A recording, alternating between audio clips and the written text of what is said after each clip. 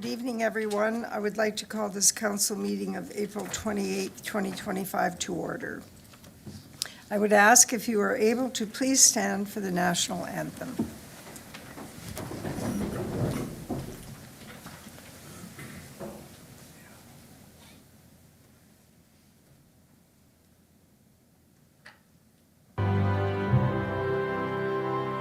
Oh, Canada, our home and native land, true patriot love in all of us command. Car ton bras s'est porté l'épée, il s'est porté la croix. Ton histoire est une épopée des plus brillants exploits. God keep our land glorious and free. Oh, Canada, we stand on guard for thee. Oh, Canada, we stand on guard for thee. Thank you. Please be seated.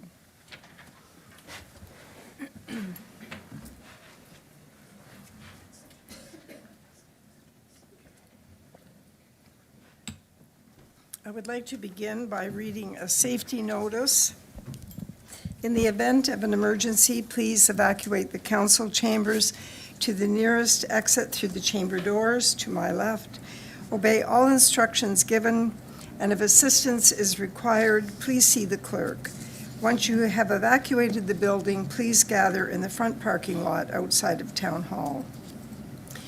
Please ensure that your cell phone is on silent or turned off. And lastly, the Town of Lincoln council meetings are posted on our YouTube channel.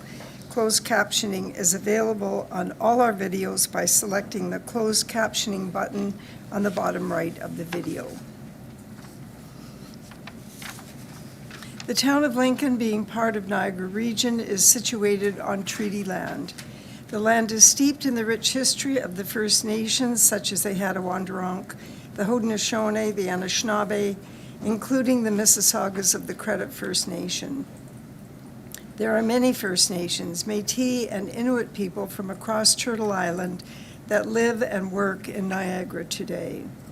The regional municipality and the Town of Lincoln stands with all Indigenous people, past and present, in promoting the wise stewardship of the lands on which we live.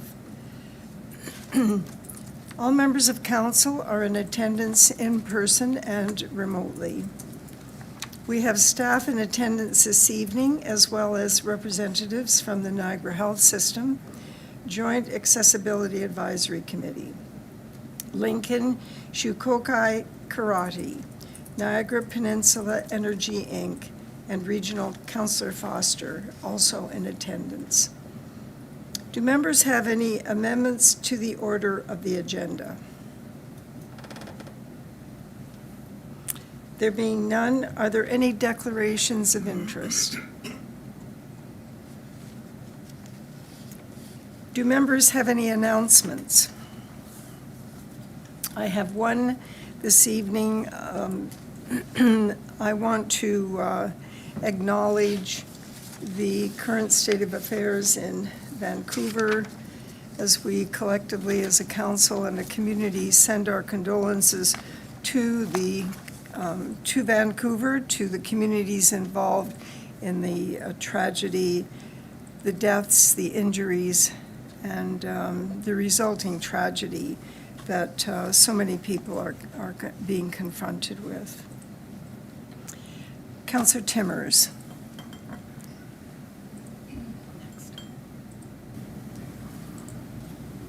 Thank you, Mary Stin. My announcements are more of a local nature. On Friday, we were at the Avant-Garde Emporium in Jordan, where we were there with the Heritage Committee and a few different members from the the community, and we unveiled an interpretive plaque. So members of council, if you ever get an opportunity to go down there and see it, it's very well done. And the history on that location is extremely interesting.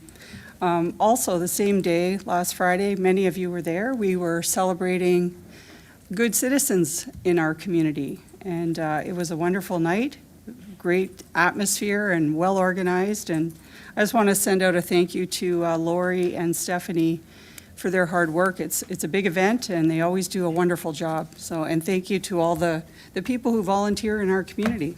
Thank you. Thank you, Maryston.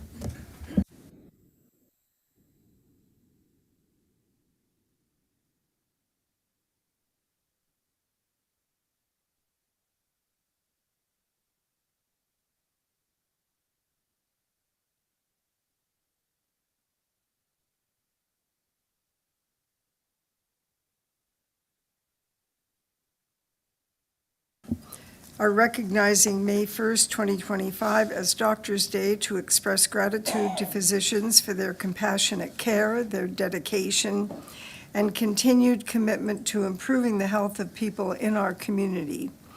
And whereas here in Niagara, more than 600 physicians across a wide range of specialties are transforming care every day, collaborating with healthcare teams, embracing innovation, and going above and beyond for their patients. And whereas we also thank the physicians who have retired this year for their years of service, and we warmly welcome the newest physicians to our region. Whereas we are proud to recognize Doctors' Day and express our sincere appreciation to all physicians for their extraordinary work in shaping a healthier Niagara. Now therefore, I, Sandra Easton, Mayor of the Town of Lincoln, do hereby proclaim May 1st, 2025 as Doctors' Day. The clerk will ensure that the proclamation is provided to Niagara Health. Our next proclamation is for recognizing May 4th to May 10th as Municipal Clerks Week. I will now read the proclamation. Whereas the role of municipal clerk is one of the oldest positions in local government, serving as a cornerstone of democracy by ensuring transparency, accountability, and accessibility in municipal and election operations. And whereas municipal clerks provides the professional link between the citizens and their government, providing equal service to all while upholding the highest standards of integrity, being mindful of their neutrality and impartiality. And whereas municipal clerks play a vital role in fostering civic engagement, maintaining accurate records, and supporting town council, staff, and residents with dedication and professionalism. And whereas municipal clerks continually strive to improve the administration of affairs within their role through participating in education programs, seminars, workshops, and associations. And whereas the Town of Lincoln Council extends its appreciation to the Town of Lincoln Legislative Services Clerk Department for the vital services they perform and their exemplary dedication to our community. Now therefore, I, Sandra Easton, Mayor of the Town of Lincoln, do hereby proclaim May 4th to 10th, 2025 as Municipal Clerks Week. We will now present this proclamation and have a quick photo, Madam Clerk.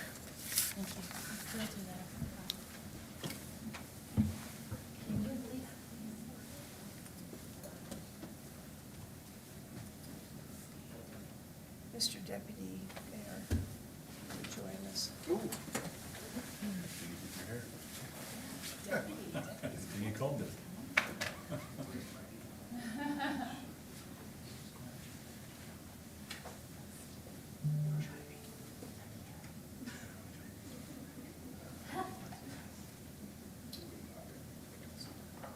I think it would be better if you stood in there.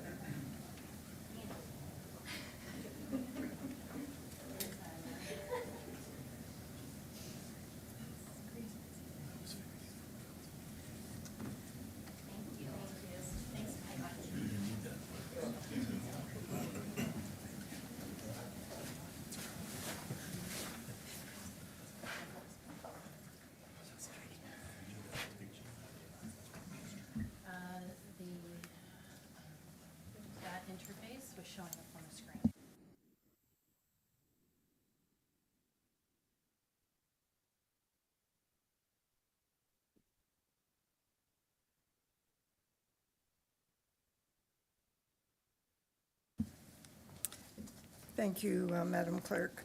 Our next proclamation is for recognizing May 9th, 2025 as Canadian Viral Hepatitis Elimination Day. We have Karen Usick, Hepatitis C Care Clinic Community Coordinator from Niagara Health System, in attendance this evening to receive the proclamation. I will now read the proclamation.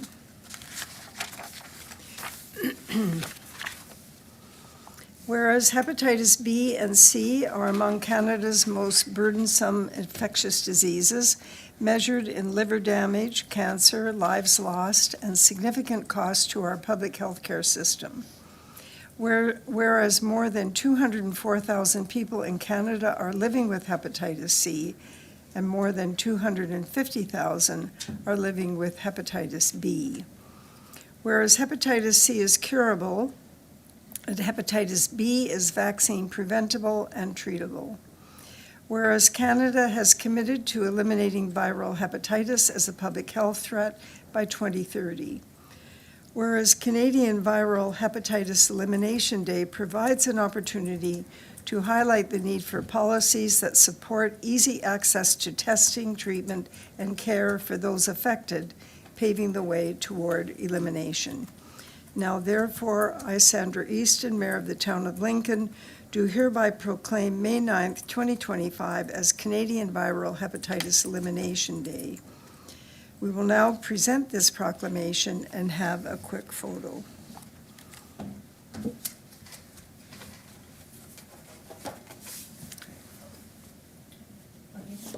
That's right.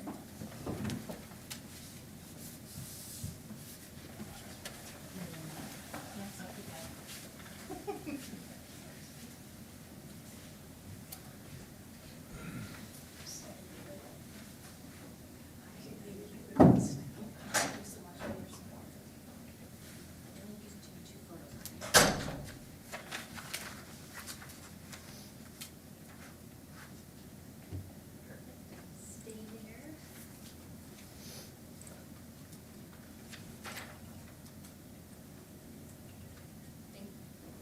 Thank you.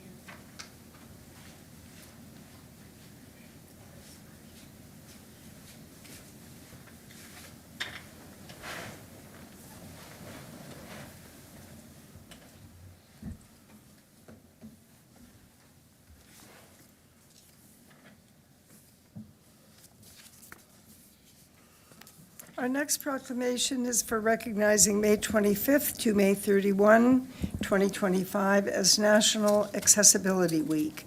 We have Jennifer Thiessen, the Lincoln representative on the Joint Accessibility Advisory Committee, in attendance to receive the proclamation. I will now read the proclamation. Whereas Section 133 of the Accessible Canada Act 2019 indicates that throughout Canada, in each year, the week starting on the last Sunday in May is to be known as National Accessibility Week. And whereas National Accessibility Week is a week for Canadians to promote inclusion and accessibility in our communities and workplaces, and to celebrate our progress to be inspired to further break down accessibility barriers. And whereas promoting accessibility creates a more inclusive society, fostering understanding and respect for the rights of all individuals regardless of ability. And whereas over 15% of Ontarians live with some form of a disability, and many persons living with disabilities face barriers in areas of employment, information and technology, transportation, housing, education, and recreation. And whereas we all benefit from a community and economy without barriers to inclusion, and when persons with disabilities can participate in all aspects of society, including accessing employment, resources, and services, it enriches Canada and its economy. And whereas the Town of Lincoln is committed to creating a community where accessibility is within reach, providing inclusive environments, services, and programming that are accessible and welcoming to its staff, residents, community members, and visitors. Now therefore, I, Sandra Easton, Mayor of the Town of Lincoln, do hereby proclaim May 25th to May 31st, 2025, as National Accessibility Week. And I'm going to repeat those dates because I think I may have said 21st, not 31st. I am proclaiming May 25th to May 31st, 2025 as National Accessibility Week. Now, we're going to have the proclamation presentation, and we will also have a photo.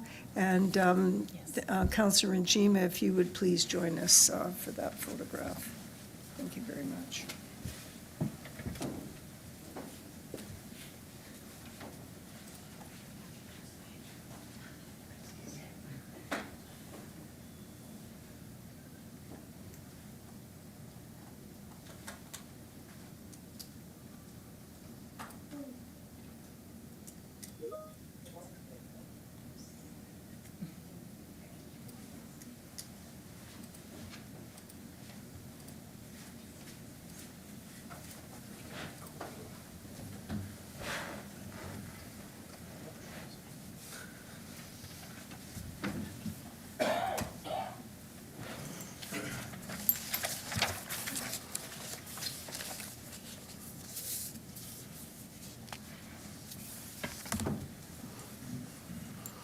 Item number 9 of the agenda is recognition and achievements, and we have none this evening.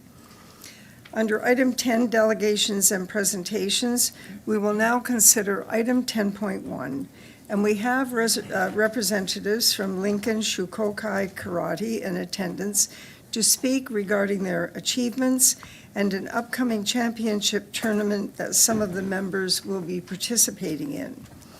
We have Steve Fernley, instructor, and members, Kai Shurton, Karen Ledrew, Tiana Pistello, and I'd like you to all come forward to the podium and welcome Steve and Cal, Karen, and Tiana. And please go ahead, Steve. First of all, thanks for having us. I'm Steve Fernley. I don't need that. I'm used to yelling at these guys. Started a little karate school back in 2002. We started out in Vineland at the public school there, and when they rebuilt the school, I relocated just over here on, what's this, Roberts Road, is it? Just up where what's now the headquarters for Boreal dog food, pet food. I was in there. And when he needed his space back, I moved up to above the cross-country transport. I've been in there for the last 3 or 4 years. And anyway, that's enough about me. I'm here. We are, these 3 young adults have been with me for 8, 9, 10 years. And along with myself as a coach and a referee and judge, they have been selected to compete for Canada at the World Championship of Kimura Shukokai in Finland from June 11th to the 16th of this year. So we're about 6 weeks away from leaving. So I'm gonna let these guys introduce themselves, and they can talk to you a little bit and tell you how they're feeling. So who's up first? Okay. Hello, my name is Kieran Ledrew. I'm 17 years old. I currently attend WNSS High School. I've been training with Sensei Steve for around 10 years now, and I'm first degree black belt. I've been selected to go to Finland for a World Karate Championship. This means that I will be fighting and competing in kumite and kata for like win first, second, third. Sorry, I'm a bit nervous. Don't forget his father, who's actually at the school right now teaching, is also competing in the Masters division, the over 50s division. Yes. And the only reason his dad started was because he got tired of sitting there watching his son, so he decided to join in. Is that Bart? Yeah. Yeah, Bart, yeah. What else do I? What? Is that? Don't look at me. Um, Doing fine. Okay. I don't know what else to say. So, do after this? what do I want to do? I want to pursue a career in music, try to go to university, get a music degree, maybe start teaching music, and continue teaching karate too. I think that's enough about me. Okay, I'll let Kai talk a bit about himself. Hello, my name is Kai Shurton.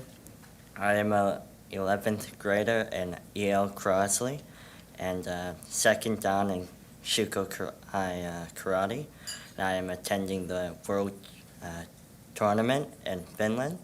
And I will be also competing in Kata and Kumite, where I will be versing a whole bunch of countries around the world, which is very awesome.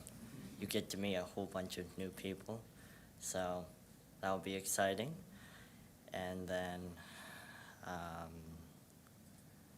later on in life, after school, after high school, I'd like to pursue something where, something in physics, maybe perhaps becoming a teacher in physics, and kind of exploring my path there. So.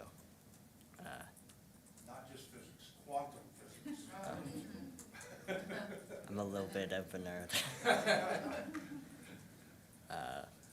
I think that's all for me. I'll let Tiana.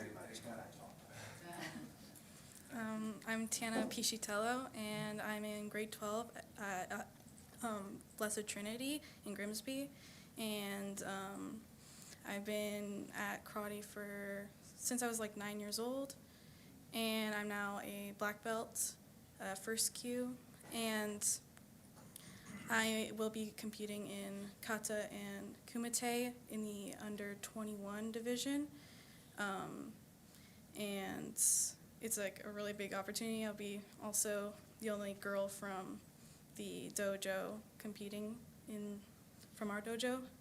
And after high school, I'm going to college in Toronto to become a commercial airline pilot. And yeah, that's it, I think. Thank you very much. As you can see. So you can see they're not used to speaking publicly, obviously. As we know, these type of trips are very expensive. I'm not here to ask for any money. We do have a GoFundMe set up, and we're just here to look for some recognition for these young people, what they're sacrificing, what their families are sacrificing to get these kids over there. Looking at about $4,000 per person, so it's not an inexpensive venture. The organization, our organization, my school will cover some of those costs, but we can't cover all of it. We just don't have that kind of fundraising.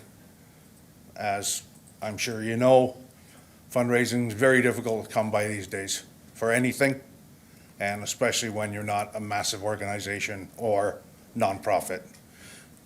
I might as well be nonprofit because I don't make any money. I always say that I teach for the outcome, not the income. So, and as you can see, the outcome's pretty good. So, thank you. Thank you, Sensei Steve. I'll turn now to the Thank you, Madam Mayor. Through you to the delegation. Again, thank you all for coming in. Thank you for speaking so eloquently and giving us some insight into not only what happens and what you're looking forward to as far as this world tournament goes, but as well, again, what is going to be happening after the fact, even in the quantum physics. It's very exciting. So just a couple quick points. I know, Kieran, you had mentioned that you teach as well. Do you all teach different levels as well? Wow, that's fantastic. And what ages do you all teach? Yeah. Okay. Yeah, so we all teach. We have a I think we have 3 classes. We have the little ones, like maybe I think 5 to 7, and then we have like 7 to 10 or 7 to 12, and then we have our class, which is usually brown belt and above. We usually teach the 2 lower classes, along with my dad. He also teaches both classes too. Nice. No, thank you very much. And I'm just also wondering if it's possible if you can provide the GoFundMe link to our clerk so that if, for some of us, if we want, you can share it out and contribute as well. I'd be happy to. Okay, thank you. Thank you. Thanks very much, Counselor. Counselor Timmers. Thank you very much, Mary Stin. So I'm really excited to see you here tonight, and all 3 of my sons went through karate. They spent about 10 years each, all 3 of them, and my husband taught karate for a number of years, and so it's a bit of a throwback for me. So I really think you should be very proud of yourself in the work and your achievements and your goals that you've set for your future. And karate is an excellent program for teaching those kinds of confidence and goals for your future, and working with the little children, the younger ones as they come up is a great experience as well. So I just want to wish you all the best, and I hope you bring home some gold medals in your Finland trip, and thank you. Thank you, Mayor. Thank you very much, Counselor. Go ahead, Counselor Njima. Oh, thank you, Madam Mayor, and through you to Steve. I think it's great that I know you may not have felt completely comfortable talking about yourselves up here, but you all did a very good job. And as politicians, we learn how to brag about ourselves, on a regular basis, and we get really good at it. You're obviously very accomplished young people, and you have great futures ahead of you. So don't be afraid to boast a little bit. I wanted to ask about how you get to the point where you're going to this competition. What's the process? Well, first of all, we have selections. Oh, yeah. Oh, sorry. Yeah. That way it will be. Okay, we have selections. Not all countries have that. And a lot of other countries, it's can they afford to go? So these guys, Kai was in Estonia last year at the European Championships, and he came home with 2 bronze medals, 1 for each discipline, which, much as he hates it now, he's got a big target on his back now. He wasn't well-known, and now they know who he is, so, yeah, we have a selection, and we have our school, which is the only one in Ontario that teaches our style. It's a traditional style of karate, Kimura Shukokai. It's based on Shitoryu, which is one of the 4 original styles of karate. And we are the only school in Ontario. We did have a couple of others, but they have folded. And we have one in Saskatchewan, 1, 2, 3, I think 4 or 5 out in BC. So we're a little bigger out in BC. So these guys were selected, and they've been training, not just with me, and this is the kind of people I have. Sensei, can we go to the dojo and train on our own on Sunday? Sure. Want me to come and open up? No, Bart's gonna be there, he'll open for us.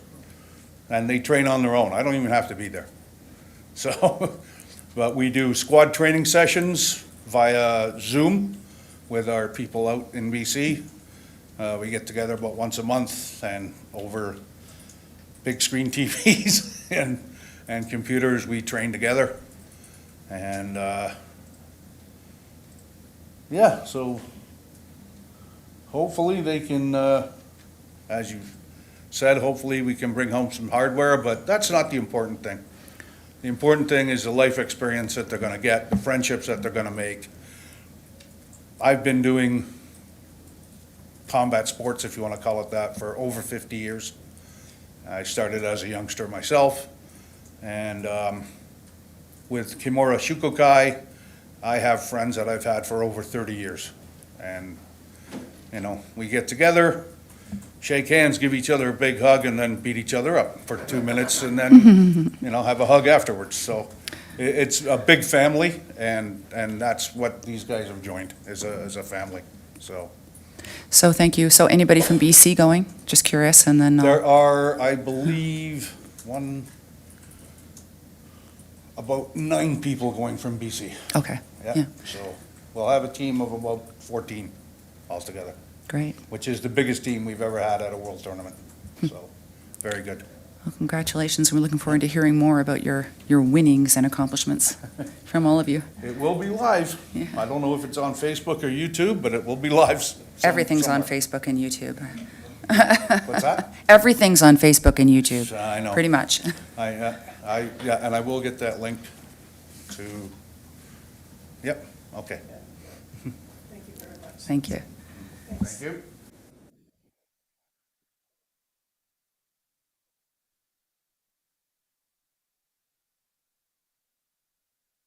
As individuals, and also about the good work that you're doing. You set a great example for other youth in the community. It encourages them. It's makes us a much more well-rounded community with young people like yourself, as busy as you are. All the best. I have a motion that is moved by Councillor Russell and seconded by Councillor Murray. That council receive and file as information the following delegation regarding the Kimura Shukokukai Karate KSI World Championships in Finland. Steve Fernley, Kai Shurton, Kieran Ledrew, and Tiana Bichello, Lincoln Shukokai Karate. Madam Clerk, would you please open the vote? The vote is now open. Yes. Councillor Bernay, can I get your vote, please?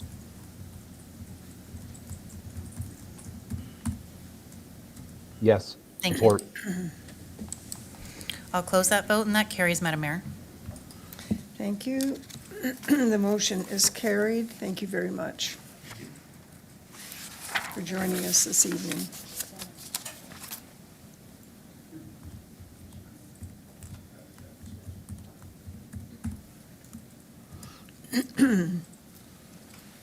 We'll now consider item 10.2, and we have Brian Wilkie, President and Chief Executive Officer of Niagara Peninsula Energy, Inc., along with Suzanne Wilson, Chief Operating Officer, and Paul Blithen, Vice President of Regulatory Affairs and Revenue, in attendance to provide an update presentation. Prior to the presentation, I'll ask that Council proceed with a majority vote to request a time extension until the presentation is completed. Will a show of hands be satisfactory, Madam Clerk? Thank you very much. The motion is carried. That motion was moved by Councillor Benchima and seconded by Councillor Reimer. Go ahead, Brian. Thank you, Mayor Easton, and welcome to members of council.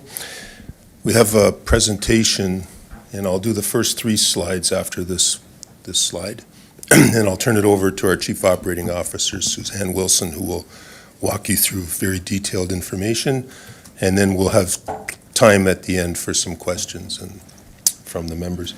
So NPI is an important part of our community's history. It officially began in 1915 as Niagara Falls Hydro Commission in the city of Niagara Falls.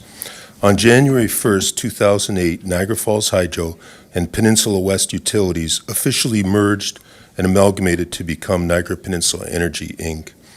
It is a jointly owned by Niagara Falls Hydro Holding Corporation and Peninsula West Power Holding Corporation.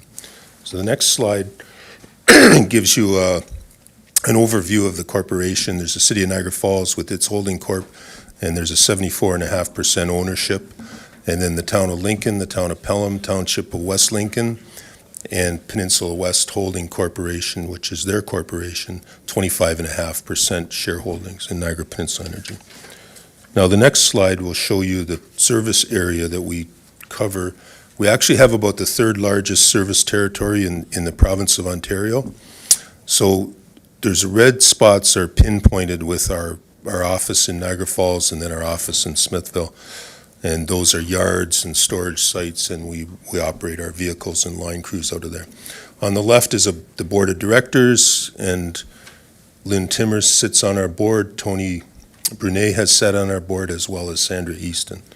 So the next bit, I'm just going to turn it over and welcome Suzanne to do this.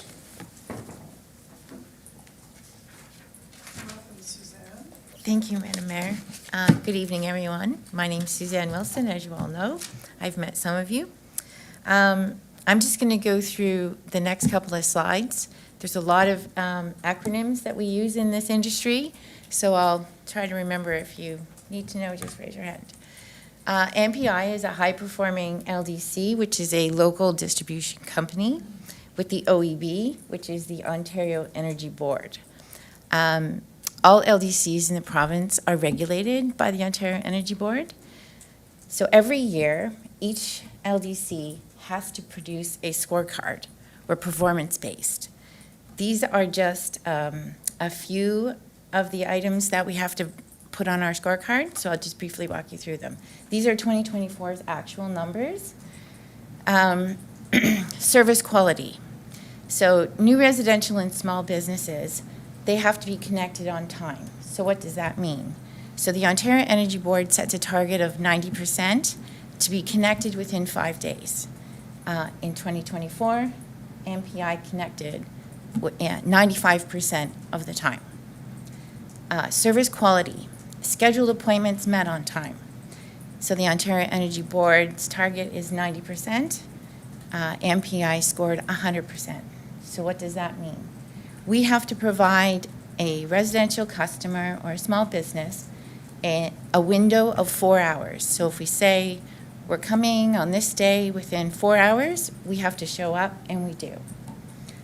Service quality, telephone calls answered on time. So the Ontario Energy Board requires all LDCs to answer the phone within 30 seconds, 65% of the time.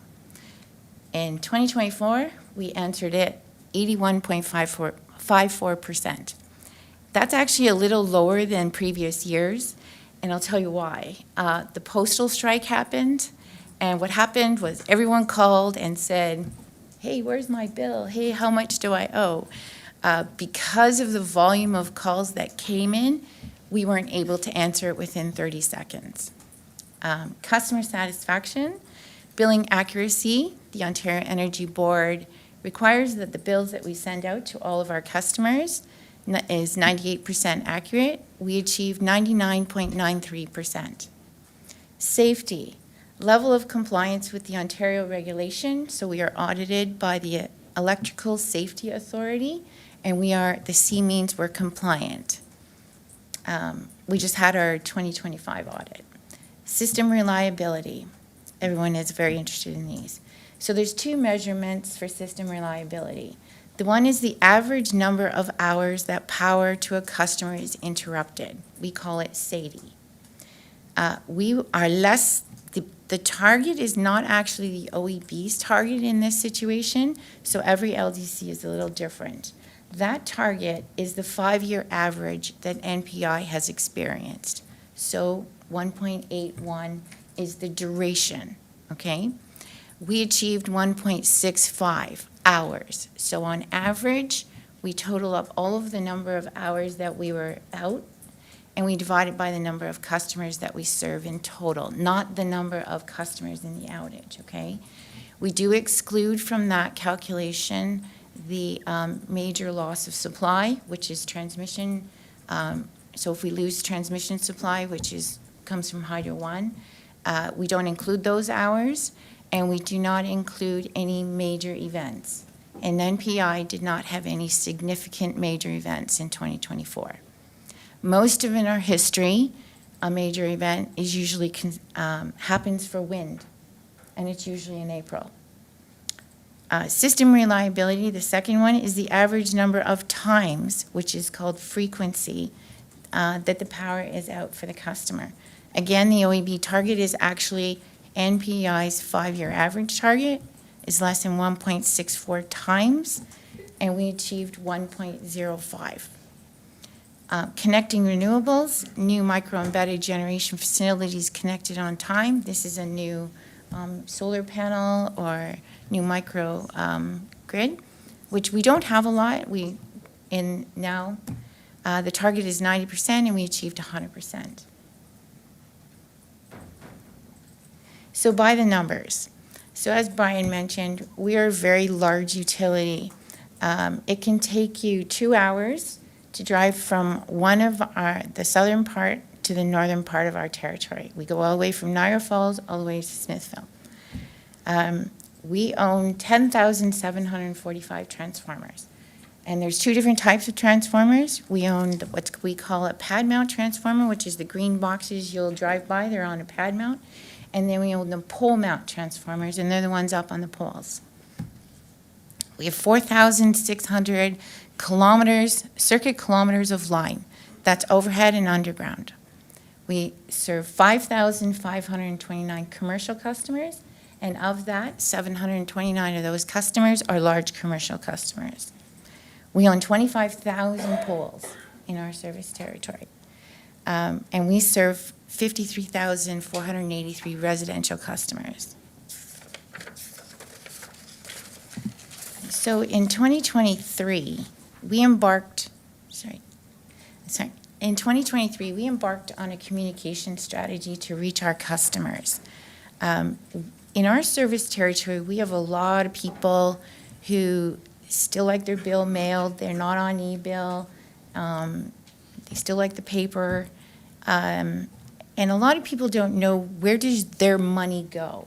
So their current service charge as of 2025 is $40.66. That's for a residential customer. So people want, where does that money go? So what we did was we embarked on a communication strategy. If you are customers of NPI, we have bill monthly newsletters that we're issuing and bill inserts to educate the customers. Customer choice plans, things that we're doing in the community. And we released 2 videos. We produced these 2 videos. So we'd like to show you where does your money go.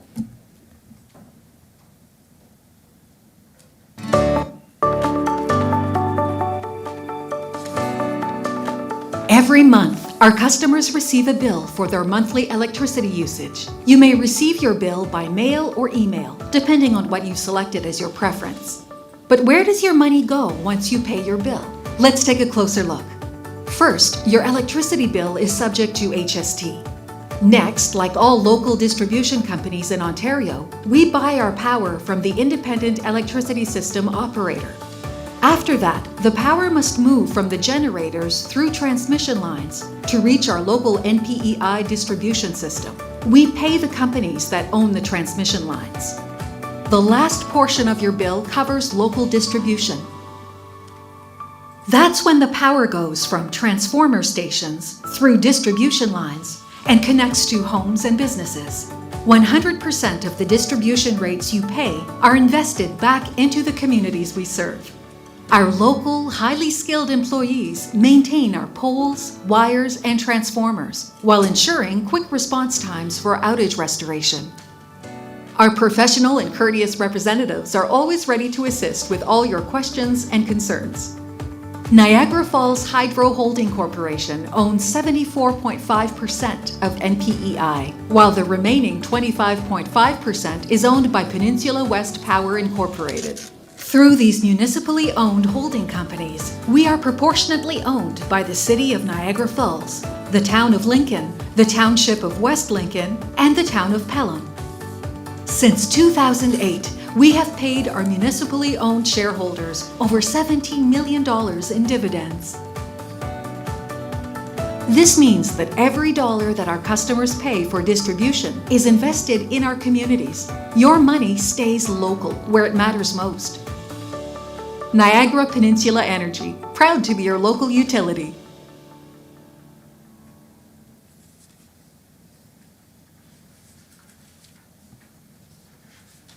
Okay. So this is really important. 100% of Niagara Peninsula Energy's capital investments stay within your community, our community. So that $40.66 that you give to us, it goes back into the Town of Lincoln, the Township of West Lincoln, the Town of Pelham, and the City of Niagara Falls. In 2024, we invested over $15.9 million to various capital projects with MPI service territory. Our total capital expenditures from the last 5 years, from 2020 to 2024, was $87.6 million. Some of our projects include customer system access, municipal line relocation and new subdivisions, distribution station rebuilds and overhead rebuilds, system renewals for poles, transformers, kiosks, switchgears, and meters. These types of investments are vital to maintain a safe and reliable source of energy in our growing service territories. These investments allow our communities to grow by supporting projects such as new transformer stations, subdivisions, businesses, schools, and the new South Niagara Hospital. MPI supports the local charities that matter most to our employees. In 2024, we contributed over $340,000 to the community through charitable contributions, optional employee payroll deductions, event sponsorships, scholarships, and our low energy assistance program, which is currently being run by the Niagara region. MPI employees, they selected the charities that we did for 2 email campaigns that we did in 2024. So the first one we ran, it was a 6-month campaign. It started actually in September of 2023. We raised $17,540 for local food banks. So all you had to do was switch from paper, go on eBill, and we would donate $10 to the local food bank. The second one was a very short one that we put in play from September to December. So we had a very small goal of $5,000. We raised $43,870 for our local Humane Society. That was the charity that was selected by our employees, and that was mainly due to the postal strike. So kudos to the animals, the kitties and the doggies, they won big. And there you can see the check presentations that we have done. MPI also launched a coat drive for Birchway Niagara in November and a toy drive for Dalton's Wishes in December. And just last week, or Tuesday, we just planted, Brian did, 2 birch trees at Birchway Niagara. We are a community-minded organization that values giving back to the localities we serve. MPI participates in Chamber of Commerce events throughout our service territory, supporting local businesses and promoting collaboration within our communities. MPI employees also hold fundraisers and make donations to support local foundations such as United Way. Every year through our local scholarship program, which we are partnered with the Niagara Community Foundation, we provide $1,500 to 10 students to continue their education in electrical engineering, power line technician, or any related business activity. So if you're going to school or college for business, we support that too. You apply at Niagara Community Foundation. The Niagara Peninsula Energy also launched a kids safety poster contest that began during COVID, during the pandemic, to engage students about the importance of electrical safety. We're also in the schools for the grade 5 program. The contest is run every spring with a new safety theme. It's currently going on, and we have to do on our scorecard, as I mentioned earlier, we are required to do a biannual electric public safety survey. Last year, we scored 84% on that, and one of the messages that came out was, call before you dig, it's the law. And people thought, well, maybe I'll call. I don't know. If I hit something, then I'm in trouble. It's actually the law, you must call. So we're running that program now, and that's our communication is call before you dig because it is the law. Okay? So we just did a third video. I won't show you the second one, but we did a third video and we filmed it in January. And it's about how we support our communities and how we help.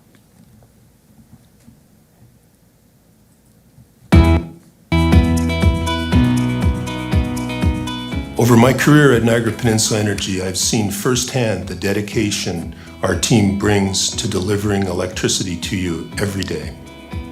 And while keeping the lights on is our job, supporting our community is the heart of what we do. Driven by our local mission and deep community values, we are more than just the company that brings you power. We're proud of our legacy of giving back to the neighborhoods we serve and working with outstanding local charities to support a healthy and thriving community. These organizations and their dedicated staff and volunteers ensure that no one is left behind, and it reminds us of why we do what we do. Project Share helps residents of Niagara Falls meet their basic needs, things that many of us take for granted, like food and shelter, and we're currently relied on by 1 in every 7 residents of our city. Community Care of West Niagara is located here in Beamsville, but we serve all of Lincoln. There's a lot of low-income families that, with the rising cost of inflation and housing issues and stuff, we really just need to give them a help up. We feel everybody needs and has access to the right to food, so we won't refuse anyone. Niagara Peninsula Energy supports Birchway Niagara in so many ways, and we can always count on them to grow and expand to meet the evolving needs of the families in our communities that we serve who are affected by abuse. Our mission has grown significantly because unfortunately we're facing a crisis for affordable housing and food insecurity in our community. So our number that are relying on us has really increased over the past 5 years. People are really feeling the pinch, and especially around times like Christmas where it's, there's extra strain on everybody and their budgets. In 2024, Niagara Peninsula Energy contributed over $340,000 to the community through charitable contributions, optional employee payroll deductions, event sponsorships, scholarships, and our low energy assistance program. It feels really incredible to receive the support from Niagara Peninsula Energy, specifically knowing that such a large service provider here in Niagara steps up and supports us. It inspires others to do the same. NPI's most important and perhaps the greatest impact donation that they made was back in the early 2000s when we were located in Niagara Falls on Thoroldstone Road. We assessed the need for our services, and unfortunately that building was no longer meeting the needs. And Niagara Peninsula Energy stepped up and became a champion and helped support that project, which meant that we can help support even more women and children in our community. NPEI has been a wonderful community partner for us. One of the recent supports we've received was a donation from an online billing campaign that was done that helped us purchase emergency food essentials like fresh milk and produce and meat, things that are harder for people to donate. One of my favorite recently has been the campaign that NPEI put out. Our logos were on the back of the monthly bills that went out to customers, and that way we got to reach so many more people. We are so thankful to have Niagara Peninsula Energy as an ally. The opportunities to raise funds together, to build awareness about our services that are available to help people, but also awareness on how people can help others in the community is so critical, and we cannot thank them enough. I really do love NPEI. They're amazing people. This is where I'm gonna cry. I see them out in the community, and they're very genuine. They're very good to us. They're good to a lot of the organizations, but I do know a lot of them personally, and it's great. We like them. When it comes to making our community a better place, we have a rare advantage. Niagara Peninsula Energy is a local public utility with local employees. We live here, we work here, and we give back here. We are proud to be your local utility.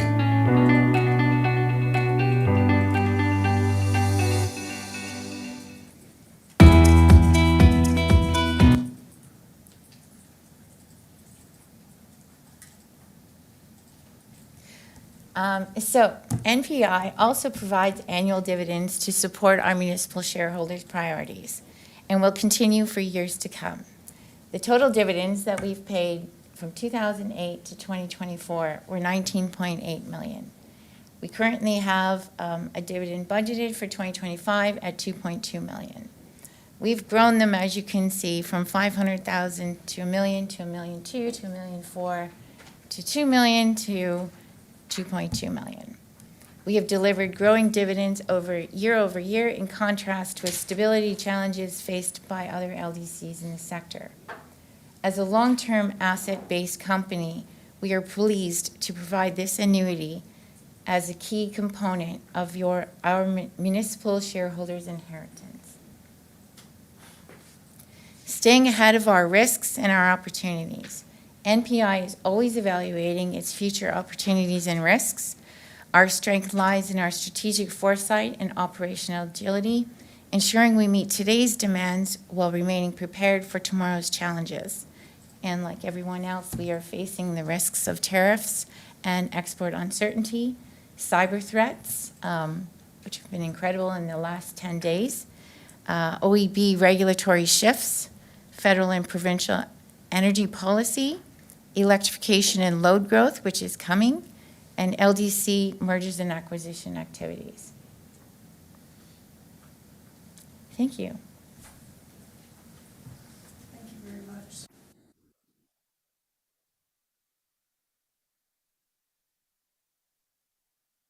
It's a substantial list. Councillor Njima. Thank you, Madam Mayor, and through you, those videos were amazing. They were really good, and I mean that. There's some good stories in there and some good emotion, and that's it's really good to have you here and to hear all that you've been working on and all that you do on a regular basis. My question is about skilled trades. So you had the where's your presentation? You talked about money going to students to for further education in skilled trades, particularly electrician work. So how is the labor pool? How do you feel that the labor pool is at the moment? Are you struggling with that at all? I think every LDC in the province is struggling with trades right now. It's not just trades that we struggle with. To get people in cybersecurity training, the programs just aren't in abundance at the colleges and the universities. So we're struggling with that.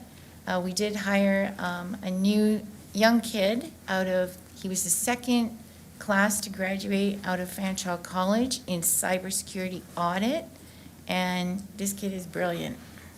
So we need to find that.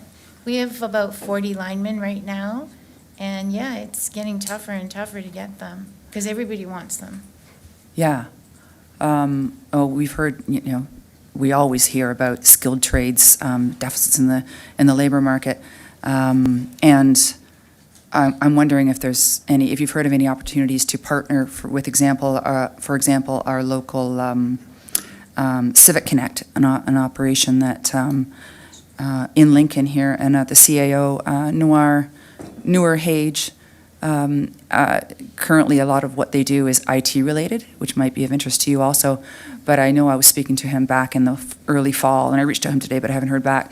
And he's looking at considering taking on more of a skilled trades focus as well to try to assist young people in the community. It's a very good question. What we do is you can't hire a lineman right now in Ontario, line person. We actually have a female line person. You cannot hire one. You can't go out and advertise and find one. You might get somebody applying, but usually they're leaving for a specific reason. So what we've done is we work with Conestoga. There's only 4 schools in Ontario that teach line work, power line work, and that's up on the bucket, up in the sky. So Conestoga is probably one of the best. So what we do is we go up there and then we get 2 or 3, maybe 4 students, because they only run about 50 at a time. And we bring them in and we do co-ops on them. So we get to see what they can do, and basically they're just young people and they really can't do any work. Like, you can't take a young person and put them up without a lot of training up and working like in close proximity to electricity. So we spend about 3 to 4 years doing that, and then they become journeyman linemen, and then they stay. So typically what we try to do is we try to focus in on people who are local to the community, because more often than not, those are the ones that will stay. if you bring somebody in from, say, Thunder Bay or something, it's more likely that they may want to go home. So we tend to really look at our own communities, and we bring in those people. Mm-hmm. So it's, but we do have, as Suzanne mentioned, we have about 40 linemen. That's a good number to have. Yeah. So that's good to hear that you have all the people that you need, I guess. I guess I was wondering if you foresee a bit of a shortage in the future, or if you've had any periods where you're having trouble with labor. Well, yeah, it is, because turnover is something, and Michael will tell you this, I never saw turnover early in my career. Now, it happens all the time, and you just shake your head and you say, okay, well, we start over again. And we just keep making sure that we're getting the right bodies in, and that it'll work out eventually. Okay. Well, thank you for that. Madam Mayor, I have another question. Thank you. So you made reference in your Venn diagram there to the threat from a number of places, a couple. One of them is tariffs. So I looked up, I did a little bit of a reading today, and I don't know if you'll agree with this, but I read that we generally import to the U.S. as much as the U.S. exports to us in terms of energy. Over time, that's sort of come down to a little bit even, I would say, the 2024 and the chart that I looked at. It was kind of up and down from 2018, and now it seems to be almost even as of 2024. Is that true? Do you believe that's true? And also, can you describe the effects that you believe tariffs are having or are going to have on? Tariffs won't affect the price of electricity. And that's the part of the pie chart that you saw where the generation comes into our bill. What we're looking at from the tariffs is what effect will it have on our customers. Not so much residential, because we have a fixed charge there, but on the commercial side, there's a number of businesses in the Niagara area, I don't have to tell you about them, and their exports, if they go down, then their production will go down, which will affect our amount that we can charge them for the volume that they use. So there's that impact, and then there's the other impacts, like Suzanne's been looking at, we have to buy trucks, we buy about one or two every year, large $500,000, $600,000, $700,000 trucks, and there's only one place in Canada that makes them. So the chassis themselves have to come from the U.S., so we're sort of like, okay, what's the price going to be there? You know, how much is that going to impact? Because we're putting in orders now that are 3 years out. And the other part that we're looking at is we're building a very large station in Lincoln up on Spring Creek Road, I think. And we have a property that we purchased there, and we plan on spending anywhere from 30 to 35 million on that building. So we've got our transformers locked down. They're built in Manitoba, but many of the parts cross the border several times on those. Mm-hmm. So what's the effect going to be? How is that going to impact that upstream investment? Thank you. So you see it as sort of a more of an infrastructure capital impact. Yeah, it's not going to change our business, but it's going to impact it. And I think, it's prudent for us to be ahead of that, to know, just what will that effect be, and what can we do right now that might help us prepare for that. Okay. Thank you very much for your answers. Thank you, Madam Mayor, Madam Chair. Thank you very much, Councillor Chambers. Thank you, Mary Stin, through you to the presenters, Suzanne, Brian, and Paul. Thank you so much for being here tonight. That was a great presentation. I love those videos. Just around the e-billing campaign, incredible result. I'm just wondering, are there plans to do more of that? And how many residents or businesses signed up for the e-billing? Like, what's left of the numbers? Quite a few. So I believe we're at 38% of Okay. the total customers. Talk into the mic. Oh, I'm sorry. It's okay, it's just for the folks listening online. Sorry, so we think we have 38% is now actually on an e-bill. I encourage you all to be on e-bill. And why I encourage you to be on e-bill, it is the way of the future. Because these young kids are on their phones. So the other great thing that we just did was we launched an app, an NPI app. So if you're on e-bill, you can use the app. And one of the great things about the app is it shows you this calendar of what you're using, and it will show you actually what you, today, I can see how many kilowatt hours or the cost of what I used yesterday, and it updates every day. You can go back and see what you look in the month, and if the number is in red, it will say we're on the 28th, it'll say that's the highest day you've used so far in this month, and if the number is in green, it will show you it's the lowest. But the other great part about the app is we're starting to get into notifications. So general notifications, your bill is due notification, so people are busy. You can set it to email or text, and you'll get an email or text if you set it 3 days before your due date. Hey, just reminding you your bill's due. So it is the way of the future. So there's so many more positives. And I think you were going to ask if we were going to do another e-bill campaign. I was. We do have a plan to do that, but we're looking at it for the fall. Well, that's great. I'm glad to hear it's only 38% because it means there's a lot more. Yeah, there's a lot funds that more can we be can get. donated to good causes. Just one other question, and I do have the app and I am doing it online. It's fantastic. I do for all of my utilities. They even send me an email to tell me to go read the meter. Oh, That happens a lot. Yeah, that one, I know which one you're talking about. Comes around quick. Anyway, my other question, Mary Easton, around infrastructure that's happening in our community. Maybe if you can just give us a little update on what projects are happening or Sure. coming in the future, just for people that are maybe watching and have interest. So Sure. thank you. So in the 2025 budget, we have the King Street Beamsville Road Relocation Project, step-down transformer bank replacements. So that the other big one that we have to do is the smart meters are, the ones that we currently have in play are 3G network.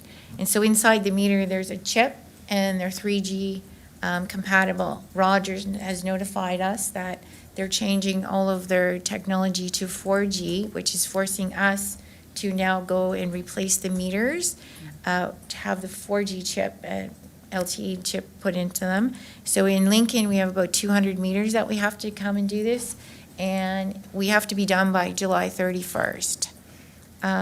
We do pole replacements, so we are scheduled to do 30 poles. So every year, we test the health of our poles, and we see, we look at age, we see, they do these boring tests to see how strong the poles are. If anyone wants to know, a pole is, a wood pole is 50 years that we depreciate over. A concrete pole is 60, and we are trying a new project. We just put a small little line in of composite poles, which was really cool how they put them up. And they're 80 years, but they are expensive. So we're going to be doing 30 poles in Lincoln for replacement, new subdivisions and connections, and grid modernization. And the biggest project that we're working on, which we started over 2 years ago, is the Lincoln Transformer Station. So I'll just give you a brief update on that. So all of last year, we did a notice of completion for the class environmental assessment. It was issued on December 18th, 2024, and there were no objections or Section 16 order requests were received by either NPI or the Ministry of Environment, Conservation and Parks, and therefore the Class EA process is now complete and we may proceed with the project. In Q3 of 2024, we had to order the 2 transformers for this new transformer station. We did an RFP. It's coming at $9.6 million just for the transformers. And right now, we're doing the detailed design work of the transformer station in collaboration with NBM Engineering. And the request for proposal to construct it will go out very soon in 2025 and hope to break ground in Q2 of 2026, where it will be energized in 2027. That's great. Thank you very much. You're welcome. Thank you, Mary Easton. Thank you very much, Councillor. Councillor Mikulik. Thank you very much, Mary, and through you to the delegation. Thank you for coming. It's always a learning experience when we have the top brass from Hydro come in and do a presentation for us.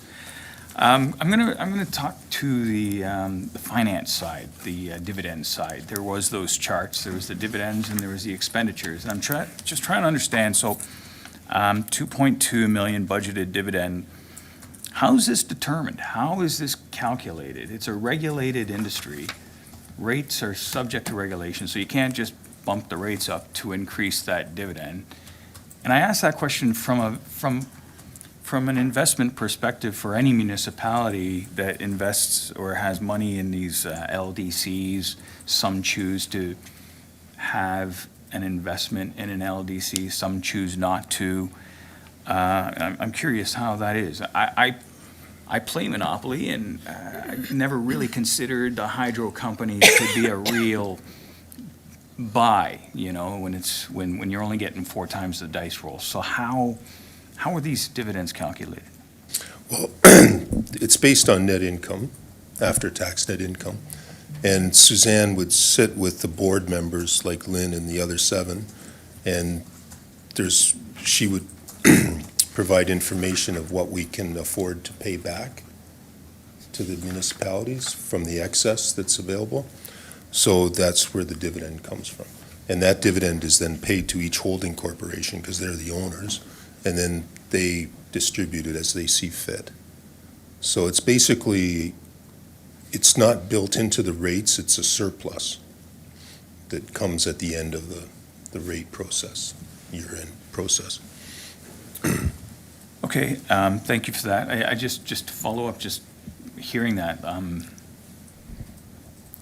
Yeah, is there a concern that municipalities may not necessarily want to be invested in a hydro company if the dividends are not at least equal to a GIC that a bank would pay?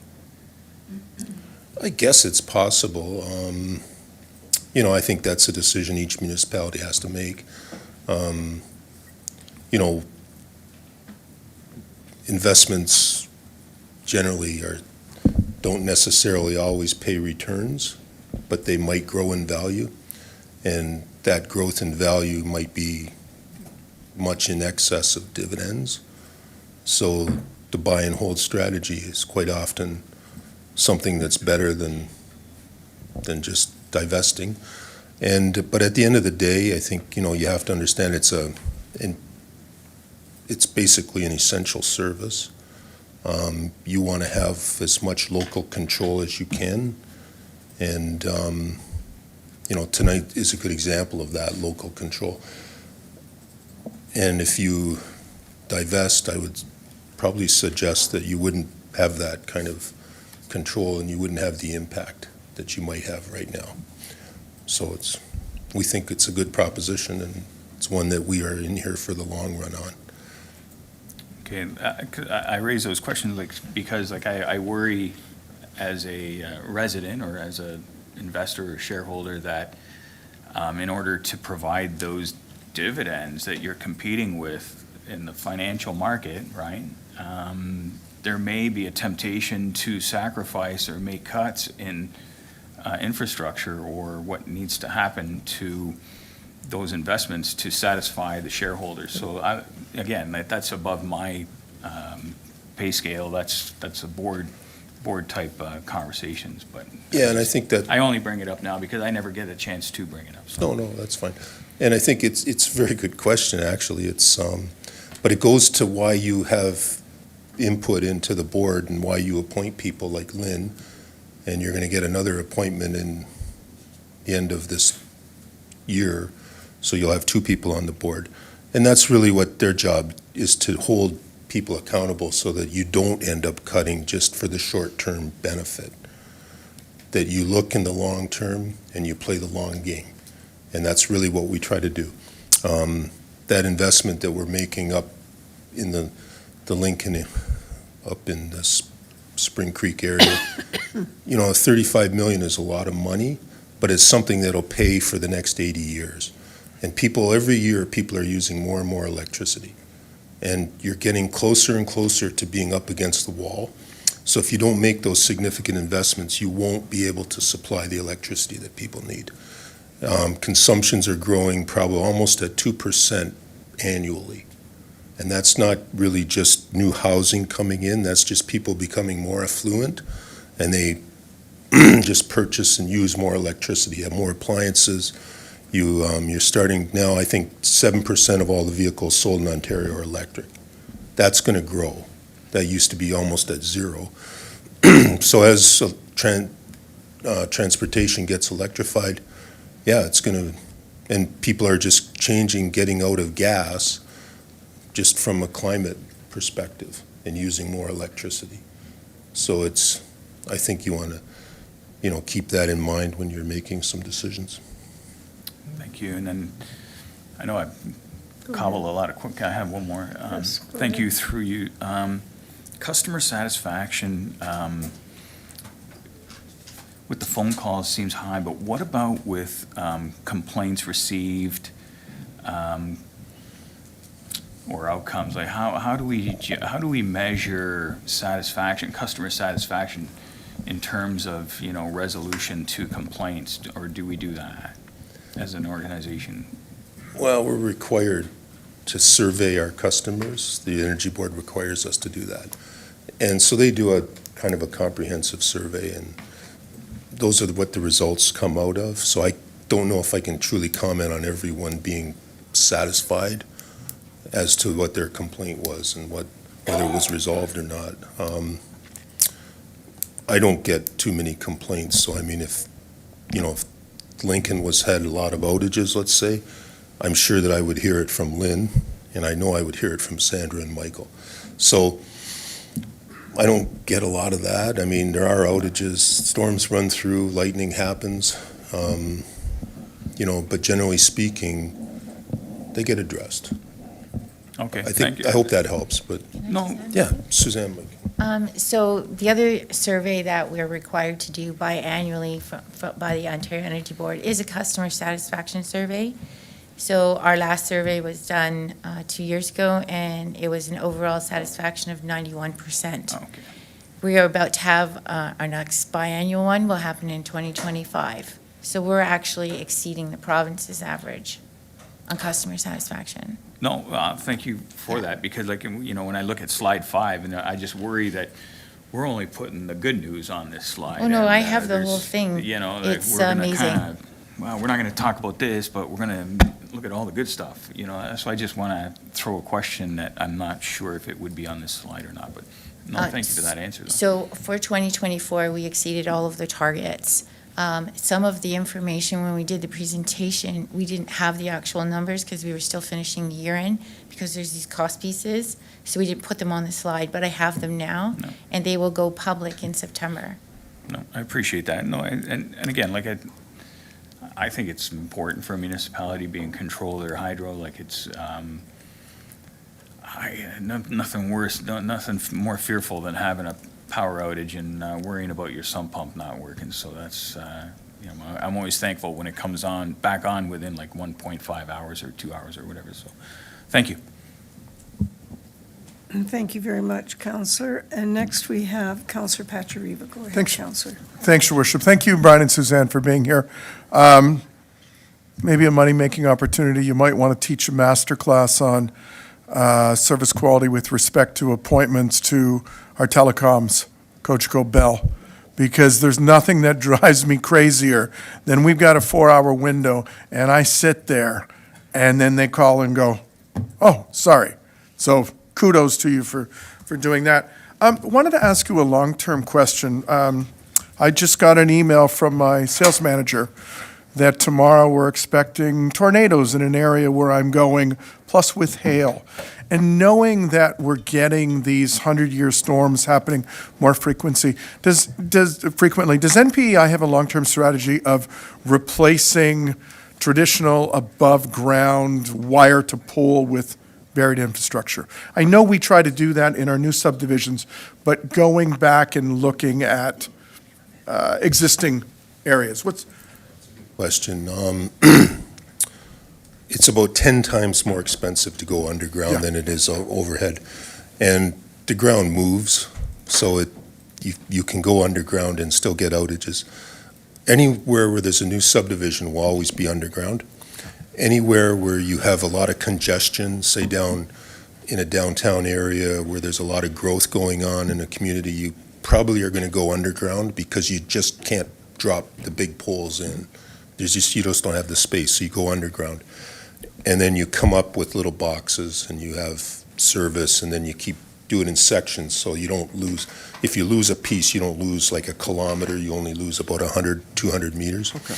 And that's what we try to do there. But it is a cost issue. I mean, overhead is still can be very reliable. You just have to go after the vegetation, and because most outages are caused by tree limbs hitting wires and taking it down.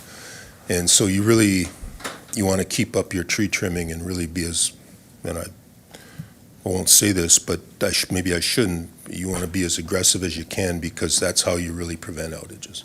Okay. And that's not always a popular thing to say. No, but it's proactive, and through you, Your Worship. Having said that, Brian, is there and Suzanne, is there a mechanism where residents, like I noticed, we got called out in the last storm, and there's a spot on King Street where a number of trees have been marked with an X, which is trimming, and I asked Director Graham if that was our work, because it's overhanging power lines. If residents see that and think it could be an issue, can they reach out to you guys? And when does that work typically happen? Because it was marked in the fall. So was that something that in the spring then you guys come back and take care of, or is it a ongoing issue?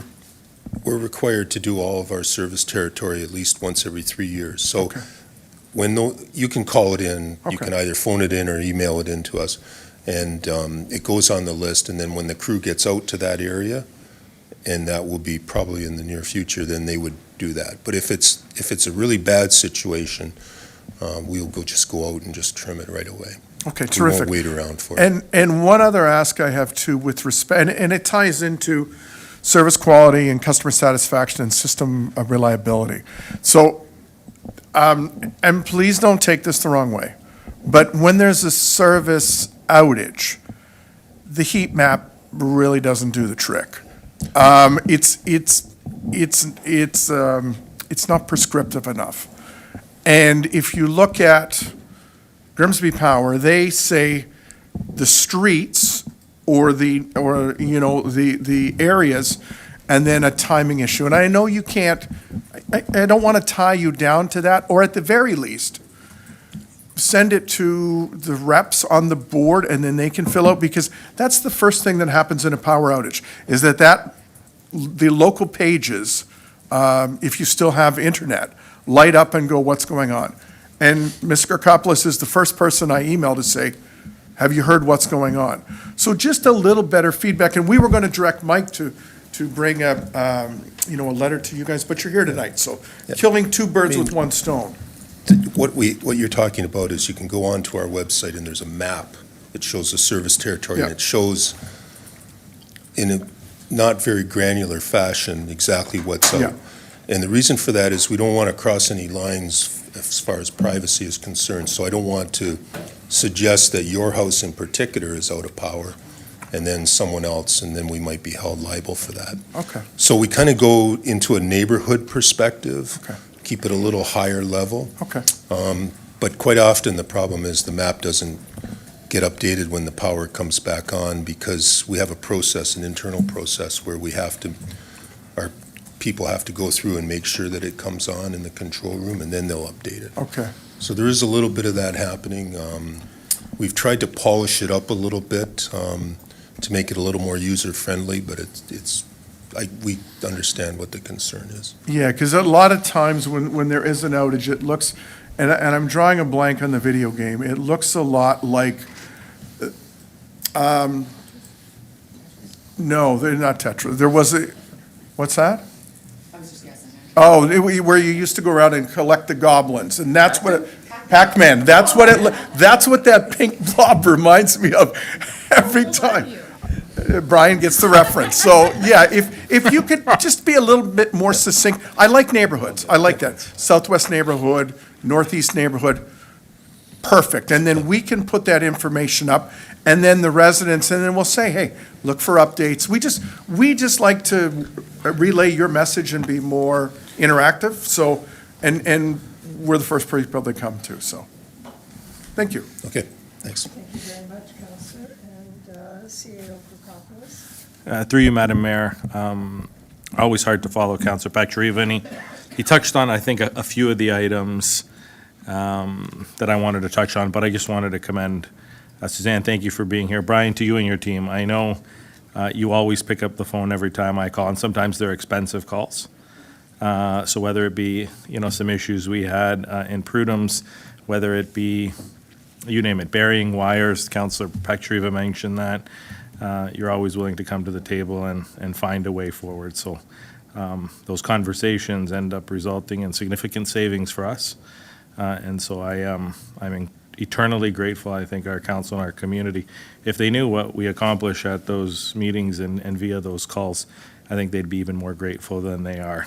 You're incredibly responsive, your team, as I said, Shannon on the operations side, when we're dealing with him, he's always been great. I know our comms team, it does work closely with your comms team in terms of outages, and I know back when Councillor Brunet was on the board, I know he worked closely with Paul and Leanna and now Councillor Timmers as well, really to make sure that we're trying to communicate those things, finding other ways, sometimes updating because of technology and other reasons. Doing those manual updates doesn't always happen as instant as we would like it, so we are trying to be more communicative, but just my thanks to both of you and all of your teams. Thank you. Kind to you, Mike. Thank you. Anybody else?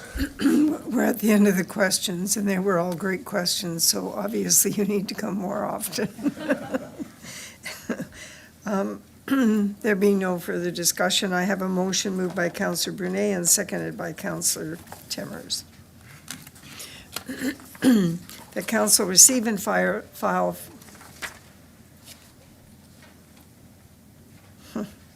Just a moment here. I have to go back up. That council, I have a motion moved by Councillor Timmers and seconded by Councillor Brunet. That council receive and file for information the following delegation regarding the Niagara Peninsula Energy Inc. update. Brian Wilkie, President and CEO. Suzanne Wilson, Chief Operating Officer. Paul Blithen, Vice President of Regulatory Affairs and Revenue. Madam Clerk, would you please open the vote? Thanks, Madam Mayor, and the vote is now open.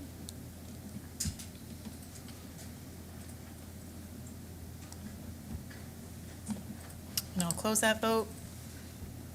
That carries. Thank you. Thank you very much. The motion is carried, and thank you very much, Brian and Suzanne, Paul, for coming this evening. Now we'll move on to item 10.3, delegation by regional councillor, for regional councillor update. Councillor Foster, thank you for your patience. Hopefully it was helpful to you as well.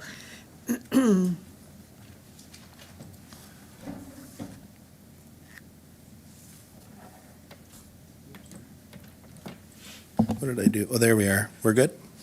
Yeah, I'm the anticlimax tonight, so. Just a quick comment on the two groups that were ahead of us.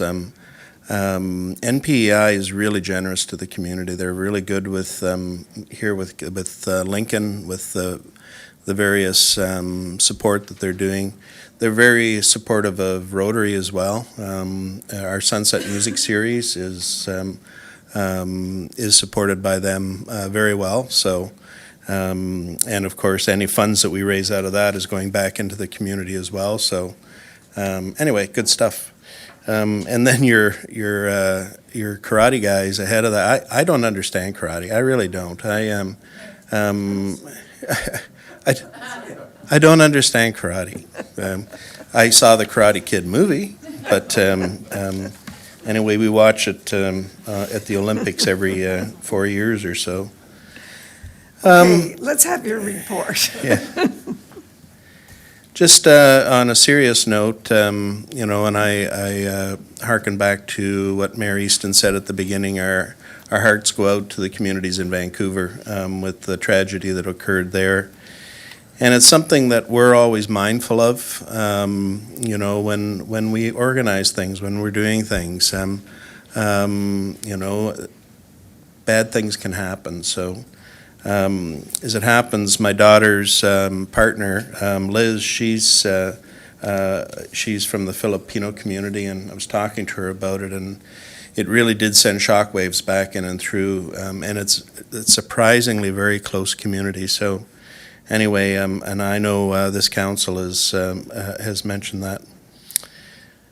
Just a couple of quick things. The motion that I was putting forward regarding discretionary spending and eliminating participation in U.S. trade shows, both as exhibitors and delegates, in order to, one, to conserve funds, but also, and also to help build out reserves. Anyway, passed. The one part required, there was 3 people voted against, the rest was unanimous. So anyway, I thought, I was very pleased that that particular motion went through. Thank you for inviting me once again to the Volunteer Appreciation Evening. Very good evening. Your staff, Lori and Stephanie and everybody within that, they all do a great job. So anyway, thank you very much for the invitation once again. And I think there's a federal election going on today. So I'm, at least it's been rumored. So, but I think from our point of view, Mayor Easton and myself will end up having to do this at the region, but also for you as well, we still have to be making the case with the federal government for additional funding to be coming back in and through for a variety of reasons. We do have significant infrastructure deficits here within Niagara region. We need help both from the federal and provincial governments.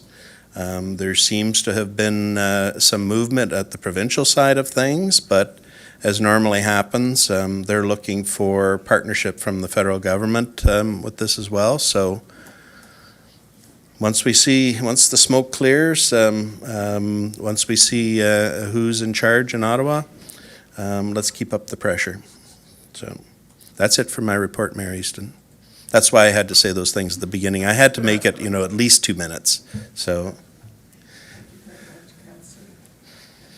Thank you, Councillor Foster. Any questions, councillors? All right. Can I have one thing? Certainly. Yeah, just to my 2 ward councillors. I came driving out of Cedarbrook tonight. The dust is incredible. You're going to be getting phone calls. Just trust me on this. I will be, you know, I'm going to be walking over to your doorway, Adam, and letting you know. So anyway. She's up in Ward 2. She's not in Ward 1, so. Anyway. Thank you very much. I have no questions. I have a motion moved by Councillor Brunet, seconded by Councillor Timmers.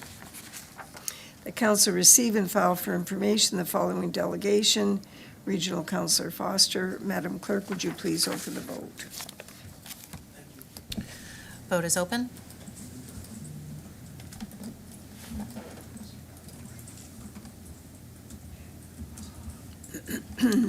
Close that vote. That carries. Thank you very much. That motion carries, and we move on now to item 11, which is items for consideration.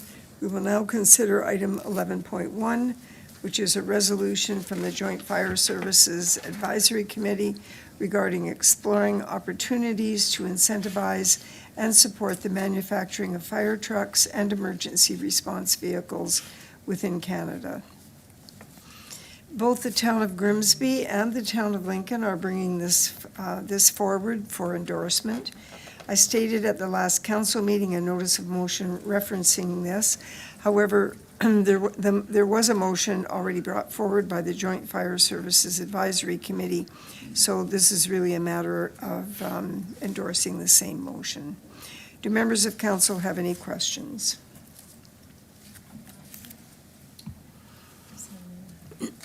There being none, I have a motion moved by Mayor Easton, seconded by Councillor Pachariva, that council endorse the correspondence from the Joint Fire Services Advisory Committee regarding exploring opportunities to incentivize and support the manufacturing of fire trucks and emergency response vehicles within Canada.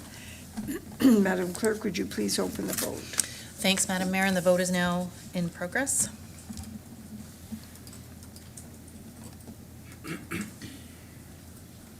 Thank you. I'll close the vote. Carries, thank you. Thank you. The motion carried, and we're moving on now to item 12, and we're now considering item 12.1, council minutes of March 31st, 2025. Do members of council have any questions?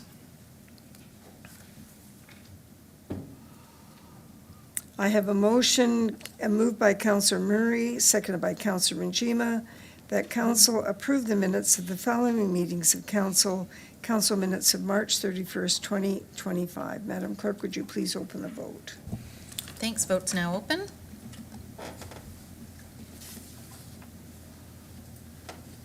And I will close that vote. That motion carries. The motion is carried. Item 13 is recommendations from standing committees, and we're now considering the following. Committee of the Whole minutes of April the 7th, 2025. Committee of the Whole minutes of April 14th, 2025. Do members of council have any questions? I have a motion moved by Councillor Timmers, seconded by Councillor Mikulik, that council approve the following recommendations from standing committees. Committee of the Whole minutes of April the 7th, 2025. Committee of the Whole minutes of April 14th, 2025. Madam Clerk, would you please open the vote? Thanks, vote's now open.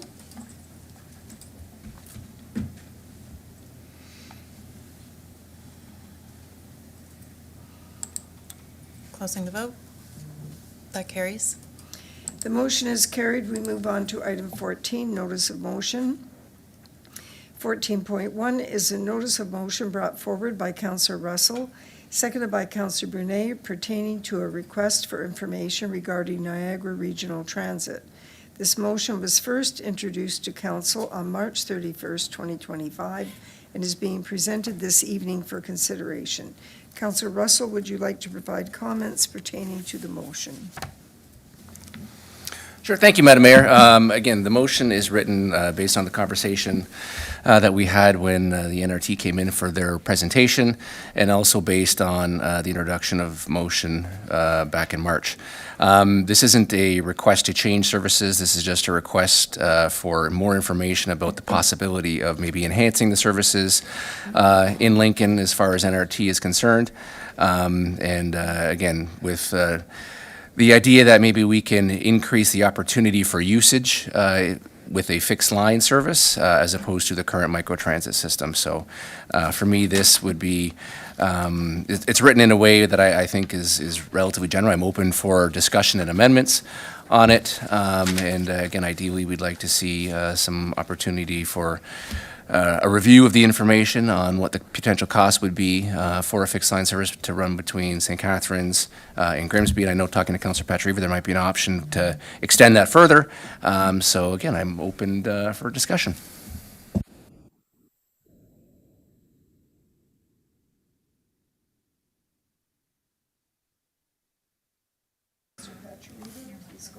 Yeah, thanks, Your Worship, and through you, I guess to Councillor Russell and the notice of motion.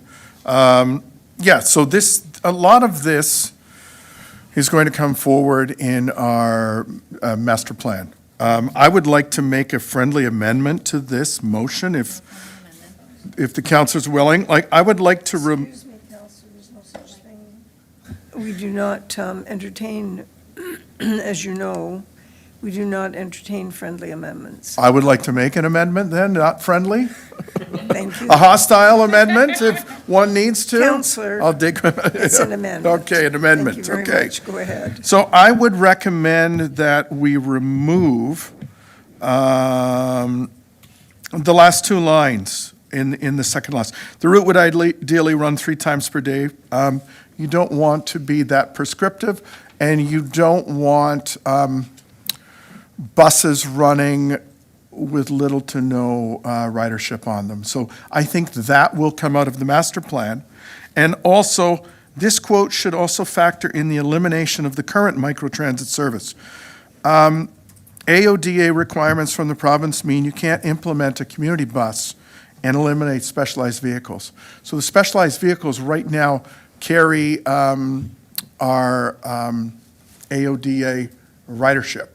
So you're actually going to be in violation from the province and their joint accessibility-ness.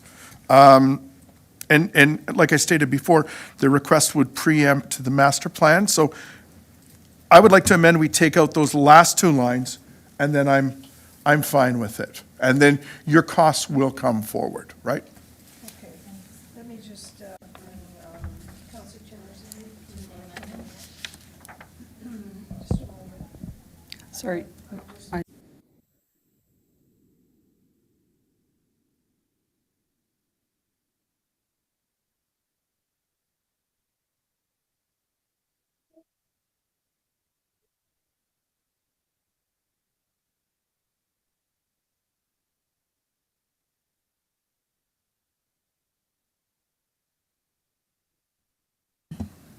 Go ahead, Councilor. Thank you, Madam Mayor. Again, I've got no issue with the first portion of the amendment about the specificity of what the potential schedule could be. I do have concerns about that removal of the microtransit. Again, I don't think it would be economically feasible to add on this service on top of the current cost of the microtransit. Again, if there are other municipalities, I'm assuming, and Councilor Patrieva can correct me if I'm wrong, that currently have the fixed line without the microtransit, so do they not meet the AODA standards for accessibility?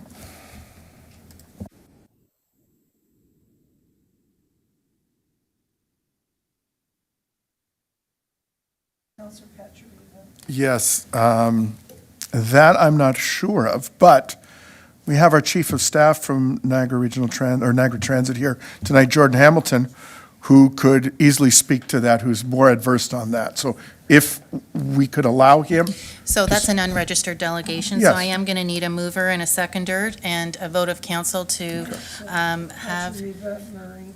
okay, Councilor Patrieva, Councilor Murray moves to accept the unregistered delegation of Jordan. And all in favor? And that carries. Okay. All right, come forward, Jordan. Thank you, Jordan.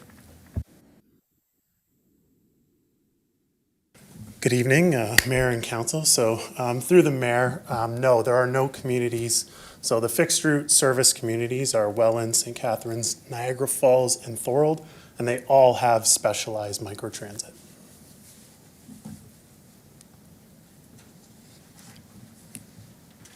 Just to answer the councilor's question.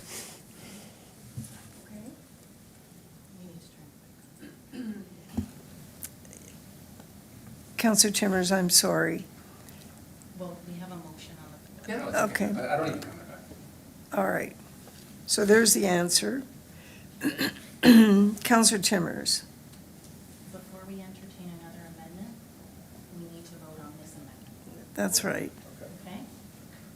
Do you have a comment to the amendment, Councilor? Councilor Chambers? Yeah, sorry, I'm just rereading it. I do agree with Councillor Patrieva to remove the detail on that. So I'm good, okay. Can we have a seconder, please, on that amendment? Okay, who's seconding that amendment? Councilor Patrieva, Councilor Ringima is the seconder?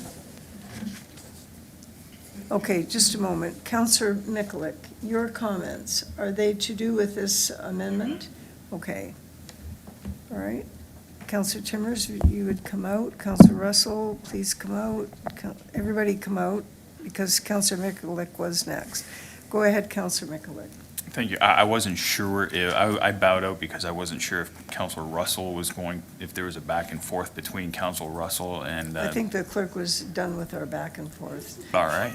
Then through you to our new delegate here. Pardon me? We're still on the Yeah. amendment. So you say there's, how do those green buses that go up and down the highway, if you're saying that they're AODA compliant, these buses that go from city to city, like what do residents do that are taking buses or transit of this nature? How are they getting from community to community? So through the mayor, just a question back, are you referring to GO service? Metrolinx or any, Yes, that would be any GO sort of buses. bus, any sort of transit system that moves a bus from St. Catharines to Hamilton. How would that bus be AODA compliant, or So- is it? So through the mayor, the AODA requires that the same service is provided. So because the GO buses or trains, they operate sort of inter-community and regionally. So their service must be AODA compliant in the sense that a disabled person must be able to utilize that service, and all of those trains and buses are. However, there are, within sort of local transit services, some people cannot use buses for that. So that's why we must supplement the service with microtransit specialized. And because when you offer a fixed route service anywhere in Niagara, and because technically the boundary of transit is the outer Niagara boundary, we have to also offer specialized within that boundary. Okay, thank you. So just to clarify, there's no expectation from the province or from the province to expect AODA compliant transportation for residents from municipality to municipality, should they not be part of a region. That's what you're telling me. Through the mayor, so each service must be AODA compliant. So, for example, right now, Niagara Transit does not offer a connection to the HSR. So as a regular transit rider, you cannot make that connection. So we're not required to offer that connection in a specialized service. But because we offer intermunicipal and intramunicipal within communities, we do have to offer that AODA service. Wow, okay, that's interesting. I'm learning something about transit now, beyond a municipality. Okay, thank you very much, Jordan. Now, I want to make sure that, Madam Clerk, where we're at with this. We're dealing with this last sentence about the quote at the moment. So, and the sentence before that, which sentence do you want us to deal with first? Well, both, I can put them on the screen. Okay.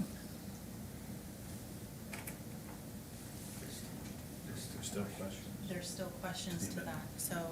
But I want to know what, all right, I'm going to go. Counselor Timmers, what is your question in relation to? Mary Sin, I have an amendment to the motion, to the original motion. We're But not we're there not yet. there yet. We so have to deal with That's why this. I'm still in, you want me to come out of the queue? You have to come out. Okay. Counselor Reimer. Thank you, Mary Sin. To the amendment, actually, my question would go to Councillor Russell. Just regarding the amendment to remove those two sentences, my suggestion before that happened was going to be to add more detail to this. I think I understand where you want to get with this, but once we answer that question, that doesn't give us anything. We need specificity if we're going to make the, sort of the comparison, I think, that where you want to go. Is this not, to Councillor Patriva's comments, is this not pre the master plan? You can achieve that, Counselor, through your vote. Okay. Okay? Counselor Russell, you're next. Thank you, Madam Mayor. And again, this is a question just to, again, confirm information regarding the amendment. So what's the minimum requirement that is needed to meet those ADA standards as far as the microtransit goes? Like, I'm not sure, I think we have 5 minivans in Lincoln. Would we be able to go down to 1 and share that across multiple municipalities and still meet that obligation? So through the mayor, right now with the AODA requirement is that a specialized transit rider be able to book a same-day trip or within 3 hours the preceding day. We currently have specialized transit riders booking 2 weeks out. And the only way most of the time you are getting on a van same day is if there happens to be a cancellation. So we're actually currently going through an audit with the AODA, but we would not line up with their requirements there. So we are coming forward with a plan. I can't share that yet, but we will be back here at some point soon to talk about that. In terms of the idea of being AODA compliant, whatever service you offer, say on a conventional or even a microtransit vehicle, you have to offer an equal service to specialized riders. It's not always easy to compare because obviously fixed route transit, someone must walk to a bus versus someone, specialized transit is door-to-door service. But the idea is that if you offer intra-municipal, so say within Lincoln, you must also offer a service that allows a specialized rider to get around within Lincoln. So thank you for that follow-up again through you, Madam Mayor. So again, I understand there's a review coming on what requirements and obligations may have to be implemented. Again, the genesis of this is to try to manage costs, and that, again, the system that we are currently offering does not meet, again, sound economic viability in terms of like what is being returned to our community who is paying for it.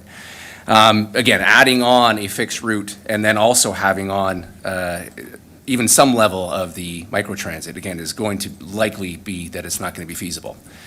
I am okay, we are just going and getting a quote on this. Again, to me, at this point, if there is, both of them are going to be in play, I don't see how it's going to be feasible where it would be something I would support just based on just economics. So again, I'm kind of teetering on my own motion here, but again, I don't necessarily think that when the numbers eventually come in, it's going to be something that our community is going to be satisfied with. Okay, all right.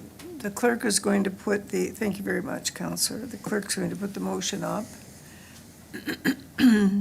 We're voting on the amendment.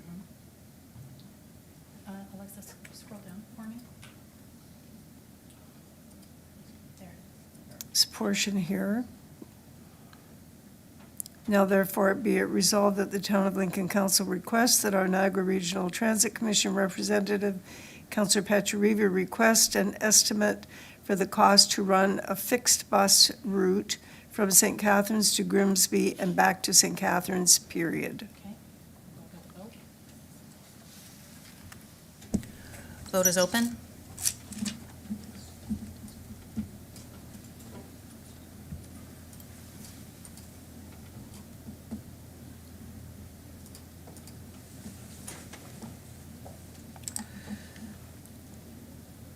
And that carries. Okay, thank you. The motion is carried. So Jordan, the study that you were talking about, is that going to be made available for communities to review and consider?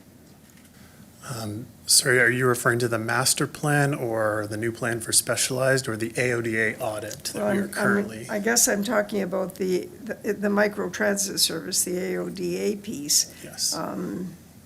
How will that be handled? Yes, so as soon as we have that sort of ready to present, we are going to go to each community that has microtransit service and that we'll be presenting that and sort of asking for input on that at that time.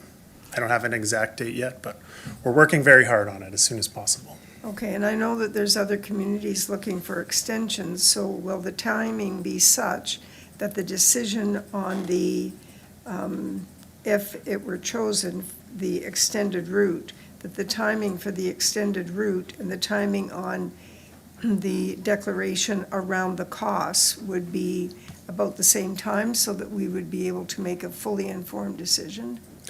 Yes, through you, Madam Mayor. So I do want to clarify that it does go to the Regional Budget Committee. It's not a decision, made since it's been changed over. But yes, everything goes through the budget process, including any moving forward with the master plan.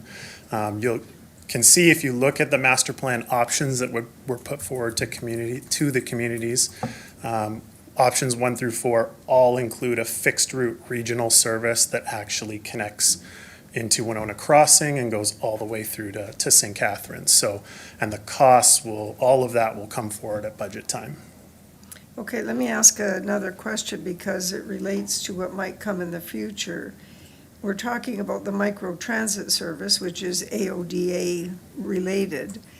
But I understand, and I just want it to be stated publicly if it's correct, that there are issues with the ability of the on-demand service to respond to the demand. Is that correct? Through you, Madam Mayor, yes, absolutely. The requirement for AODA is to be able to book a same-day trip or the last 3 hours that you're available the day before, and that is not the case for most microtransit riders in general right now. So are you talking about the possibility that we may lose that on-demand service? No, we're looking at options to, while we would have the microtransit service, also bring it into AODA compliance for our specialized riders. Okay. And Right now, so if I can just clarify, right now, it's the same vehicles, but there are 2 different levels of service for those who cannot take, say, the curb-to-curb microtransit service, because there are those who cannot make it to their curb. They get a door-to-door specialized service, even though it's on the same vehicle. So it is a commingled service. They're not fully separated. It's the same vehicles in many cases. Okay, all right. Any other questions, councilors? Few moving parts here. Okay, that's great. Thank you very much, Jordan. Thank you, Madam Mayor. Very appreciative of you staying. Councilor Timmers? Go ahead. Thank you, Mary Stin. So I have a comment regarding the bulk of the rest of the motion now. Is this the appropriate time to speak to that? Yes. Okay, so where I have an issue is with the third bullet, the third whereas. When I read this statement, I'm not really sure where that information is coming to back it up, that And the this is the system- statement that says, and whereas the microtransit system that is currently offered to Lincoln residents does not meet the needs of our community due to its limited capacity, lack of reliability, and exorbitant costs per year. Exactly. I'm reading that so that the public know what Yes, we're thank you. talking about. Thank you. So I do have an issue with that bullet, just simply because I haven't seen any data. We haven't had any reports specifically to that, and to make the statement that it's not meeting, I guess I'm not sure how accurate that statement is, as I don't know the details. I'm sure maybe Councillor Pachariva would know better. So I do have a problem with that bullet, and I can't support this motion as it's written right now. I think it's premature. I think we need to wait for the report to come forward, because there's just a lot of information that I don't have to make an informed decision on this motion. So Okay, those so my are you comments. making an amendment that you want I to would like remove to, it? I would like to see that third bullet removed or changed somewhat. Okay, I just feel it's big statements, and I don't know how accurate they are, so. okay. Those are my comments on that. And Let's hear from Councillor Pachariva. Go ahead, Councillor Pachariva. Yeah, thank you very much, Your Worship. And Councillor Timmers, yeah, I think that's an opinion. I don't think that's a stated fact. We've just got our 2024 ridership and annual plan, and I can share that with committee. I also have the first quarter of 2025 compared to 2024. You know what, it's all in what people think, right? Transit, and we've stated time and time again, is not a moneymaker. Neither are some of the other municipal or regional services that are delivered. And it's just a simple fact that everyone pays for services used by a few. We've, and it's the same as the school board. So, Councillor Timmers, I would agree with you that again, I tried to caution, my fellow councillors that this was a little premature given the fact that the master plan is coming. And some of these things will all be flushed out in the master plan. This was put on the docket as a notice of motion when I was in the UK, so we're dealing with it the best way we can tonight. So I would agree with that. That's opinion. It's not fact. So I would support that removing of that as well, Councillor Timmers. I was more focused on the prescriptive nature of the 1, 2, 3, 4, 5th bullet, so. Okay, Councillor Pachariva, are you seconding Councillor I Timmers' am motion? seconding Councillor Timmers' Okay, Madam motion, Clerk, we yes. have a mover and seconder in Councillors Timmers and Pachariva. That bullet number 3 be removed. Sorry, Councillor Pachariva, you're seconding that? I am seconding Okay. So with no further comments or questions to that amendment, we're going to put that to a vote. Just give me one moment, please.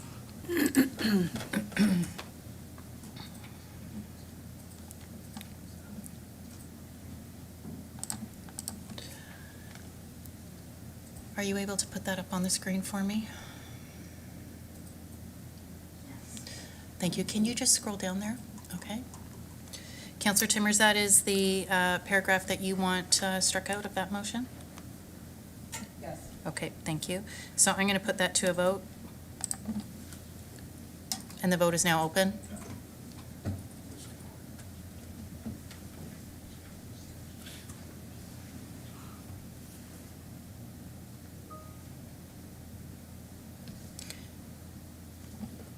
And I'll close that vote. And that carries. Okay. Are there any other amendments to this motion?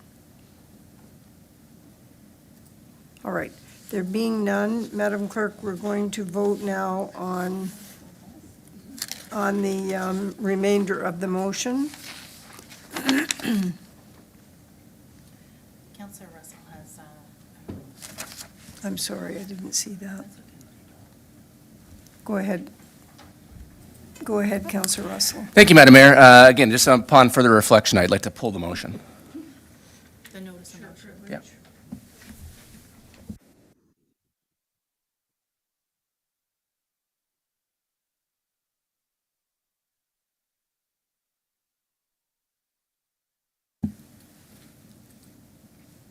Councillor Brunet, you were the seconder. His mic's not on. I'm sorry, we can't hear you. You're on mute.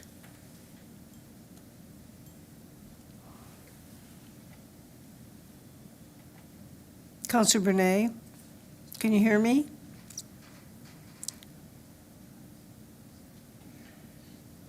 That's right. Councillor Brunet, if you want to just give us a thumbs up that you are in agreement with Councillor Russell to pull the notice of motion from the floor.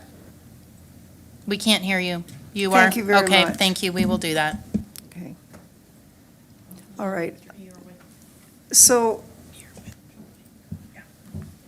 I'm just going to say that I don't think this was a waste of time. And I want to thank Councillor Russell and Councillor Brunet for bringing it forward.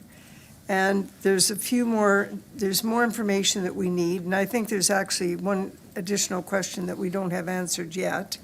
And so, again, not a waste of time at all, and we'll continue to move forward. Thank you very much. Thanks, Councillor Brunet. Okay.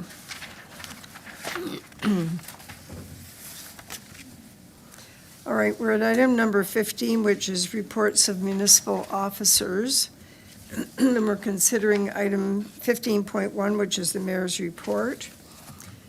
Good evening, everyone who's turning into tonight's council meeting. Lincoln is a proud community and a great place to live, work, and raise a family.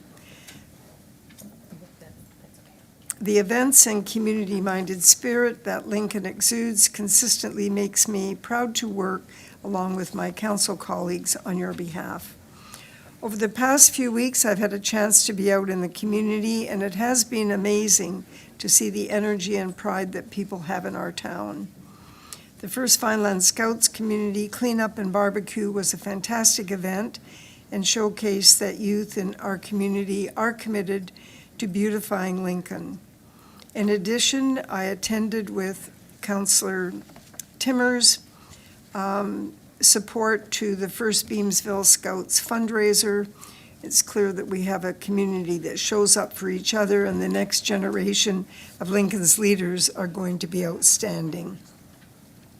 I also had the pleasure of presenting a donation from the Mayor's Gala to the West Niagara Secondary School Food Fund, a reminder of how much we can accomplish when we work together. I had the opportunity to share many updates at the Mayor's annual State of the Town address, an opportunity to sit down with local business leaders and community members to highlight the great work this council is doing on behalf of all of our residents. Council also sat down recently with our industrial manufacturers at a roundtable discussion to discuss tariffs and how we can keep our economy strong. It's been great to hear firsthand what's working and the resilience of our business community and opportunities for continued economic growth and job creation. We also celebrated some outstanding individuals at our Good Citizens Awards night, a real highlight showcasing people that are committed to excellence in Lincoln, making Lincoln a great place. And it's these people that embody the spirit of our community year over year over year. I also attended the Greater Niagara Chamber of Commerce AGM event. It was proud, and I was very proud to see Lincoln businesses so well represented as part of the broader regional conversation, continuing to lead across all of the region. On Sunday, I attended with Councillor Mikulik the New Hope Church ribbon cutting and dedication. Some of you may know that New Hope Church has now moved to, it's called New Hope West Jordan, New Hope West, located in Jordan. And it is located in the old Jordan school, and the entire school is being used for the church. They have a very, very large congregation of about 500, which I'm sure is going to grow. They have about 200 youth. They use every part of that building now, and it has gone through just an absolutely wonderful small restoration, but more just making it very habitable, and it's a wonderful facility. There's a priority on youth. There's a priority on the patience of parents and what that brings to families and the kind of support that they provide as a result of that upbringing to a community such as ours. I want to thank Council for all the hard work they're doing behind the scenes, putting in the time, listening to residents, it's substantial, and working diligently to keep Lincoln moving forward. We don't always see everything that goes into it, but I can tell you that your council is committed to making this town the best it can be. Thanks again to all of you, to everyone who's involved in making Lincoln great. It's a privilege to serve this community and a real honor to call Lincoln home. Thank you.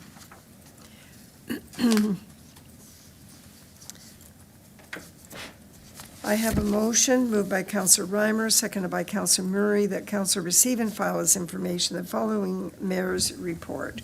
Madam Clerk, would you please open the vote? Thanks, Madam Mayor, and the vote is now open.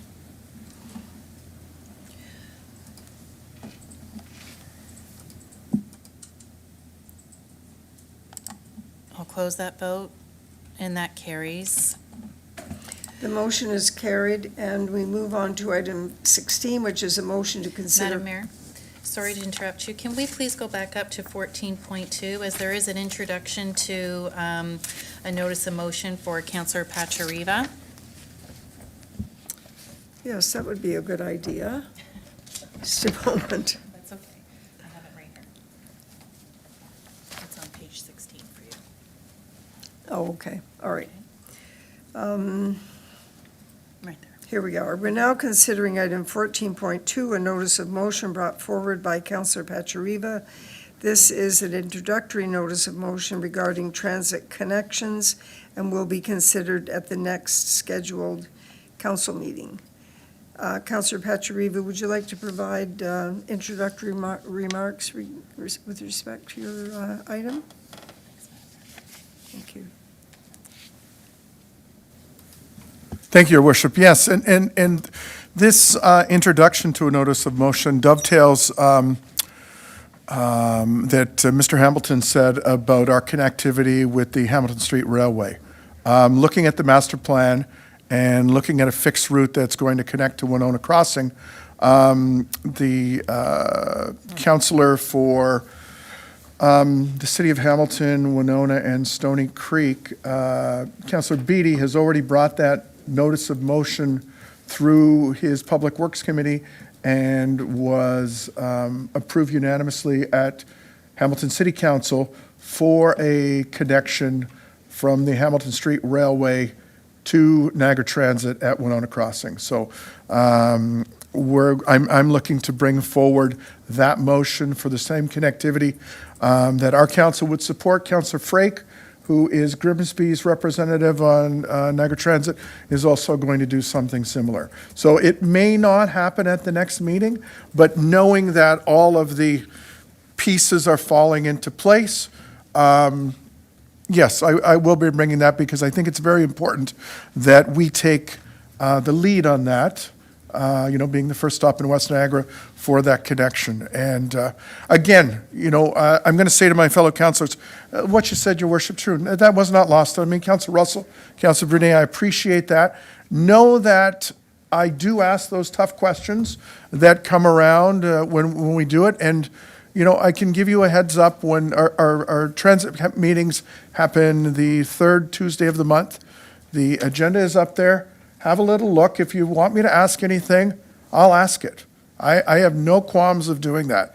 And you know what? I think you're going to be surprised with the ridership and then the new things that come out in the strat plan. So I've got my eye on it too, right? So thank you. Thanks, Your Worship.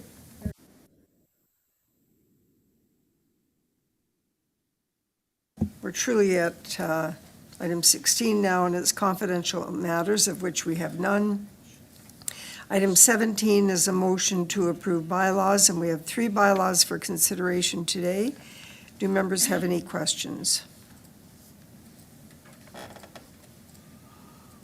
I have a motion moved by Councillor Pachariva, seconded by Councillor Timmers, that leave be given to approve the following bylaws. 2025-15, a bylaw to amend bylaw 2023-25 as amended, being a bylaw to establish an administrative monetary penalty system in respect to non-parking related offenses in the town of Lincoln. Bylaw 2025-16, bylaw to amend bylaw 2018-92 as amended, being a bylaw to provide for the maintenance of land in the town of Lincoln known as the Clean Yards Bylaw.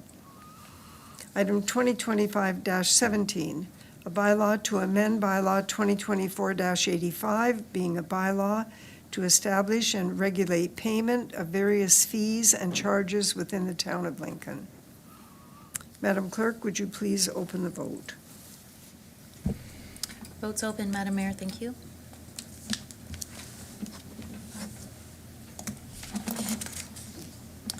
And I'll close that vote. That carries. The motion is carried, and we move on to item 18, which is a motion to confirm proceedings of the council meeting.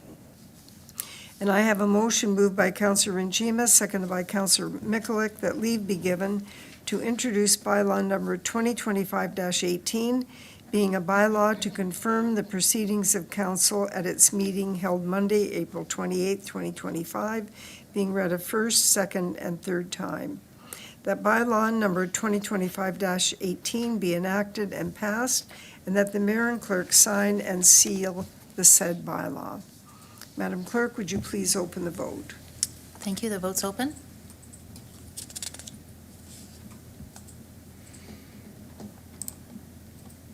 Close that vote, and that carries.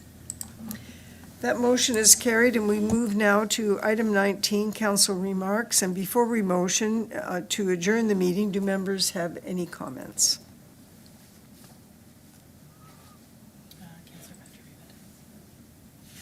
Councilor Petrieva. Yeah, thanks, Your Worship. And just a reminder to all of our residents that today's election day. You still got an hour and 15 minutes to vote, so I would get to the polls, because if you don't vote, you can't complain.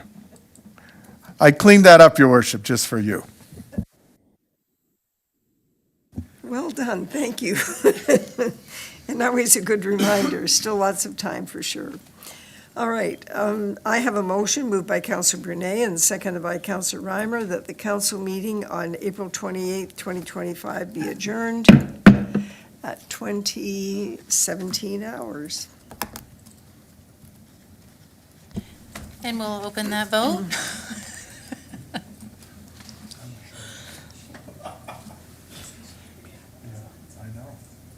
And I'm going to, Councilor Timmers? I'm okay. Thank you. And we are adjourned. I'll make the clerk happy and strike the gavel down. Thanks very much, council, staff, Mr. Cielo.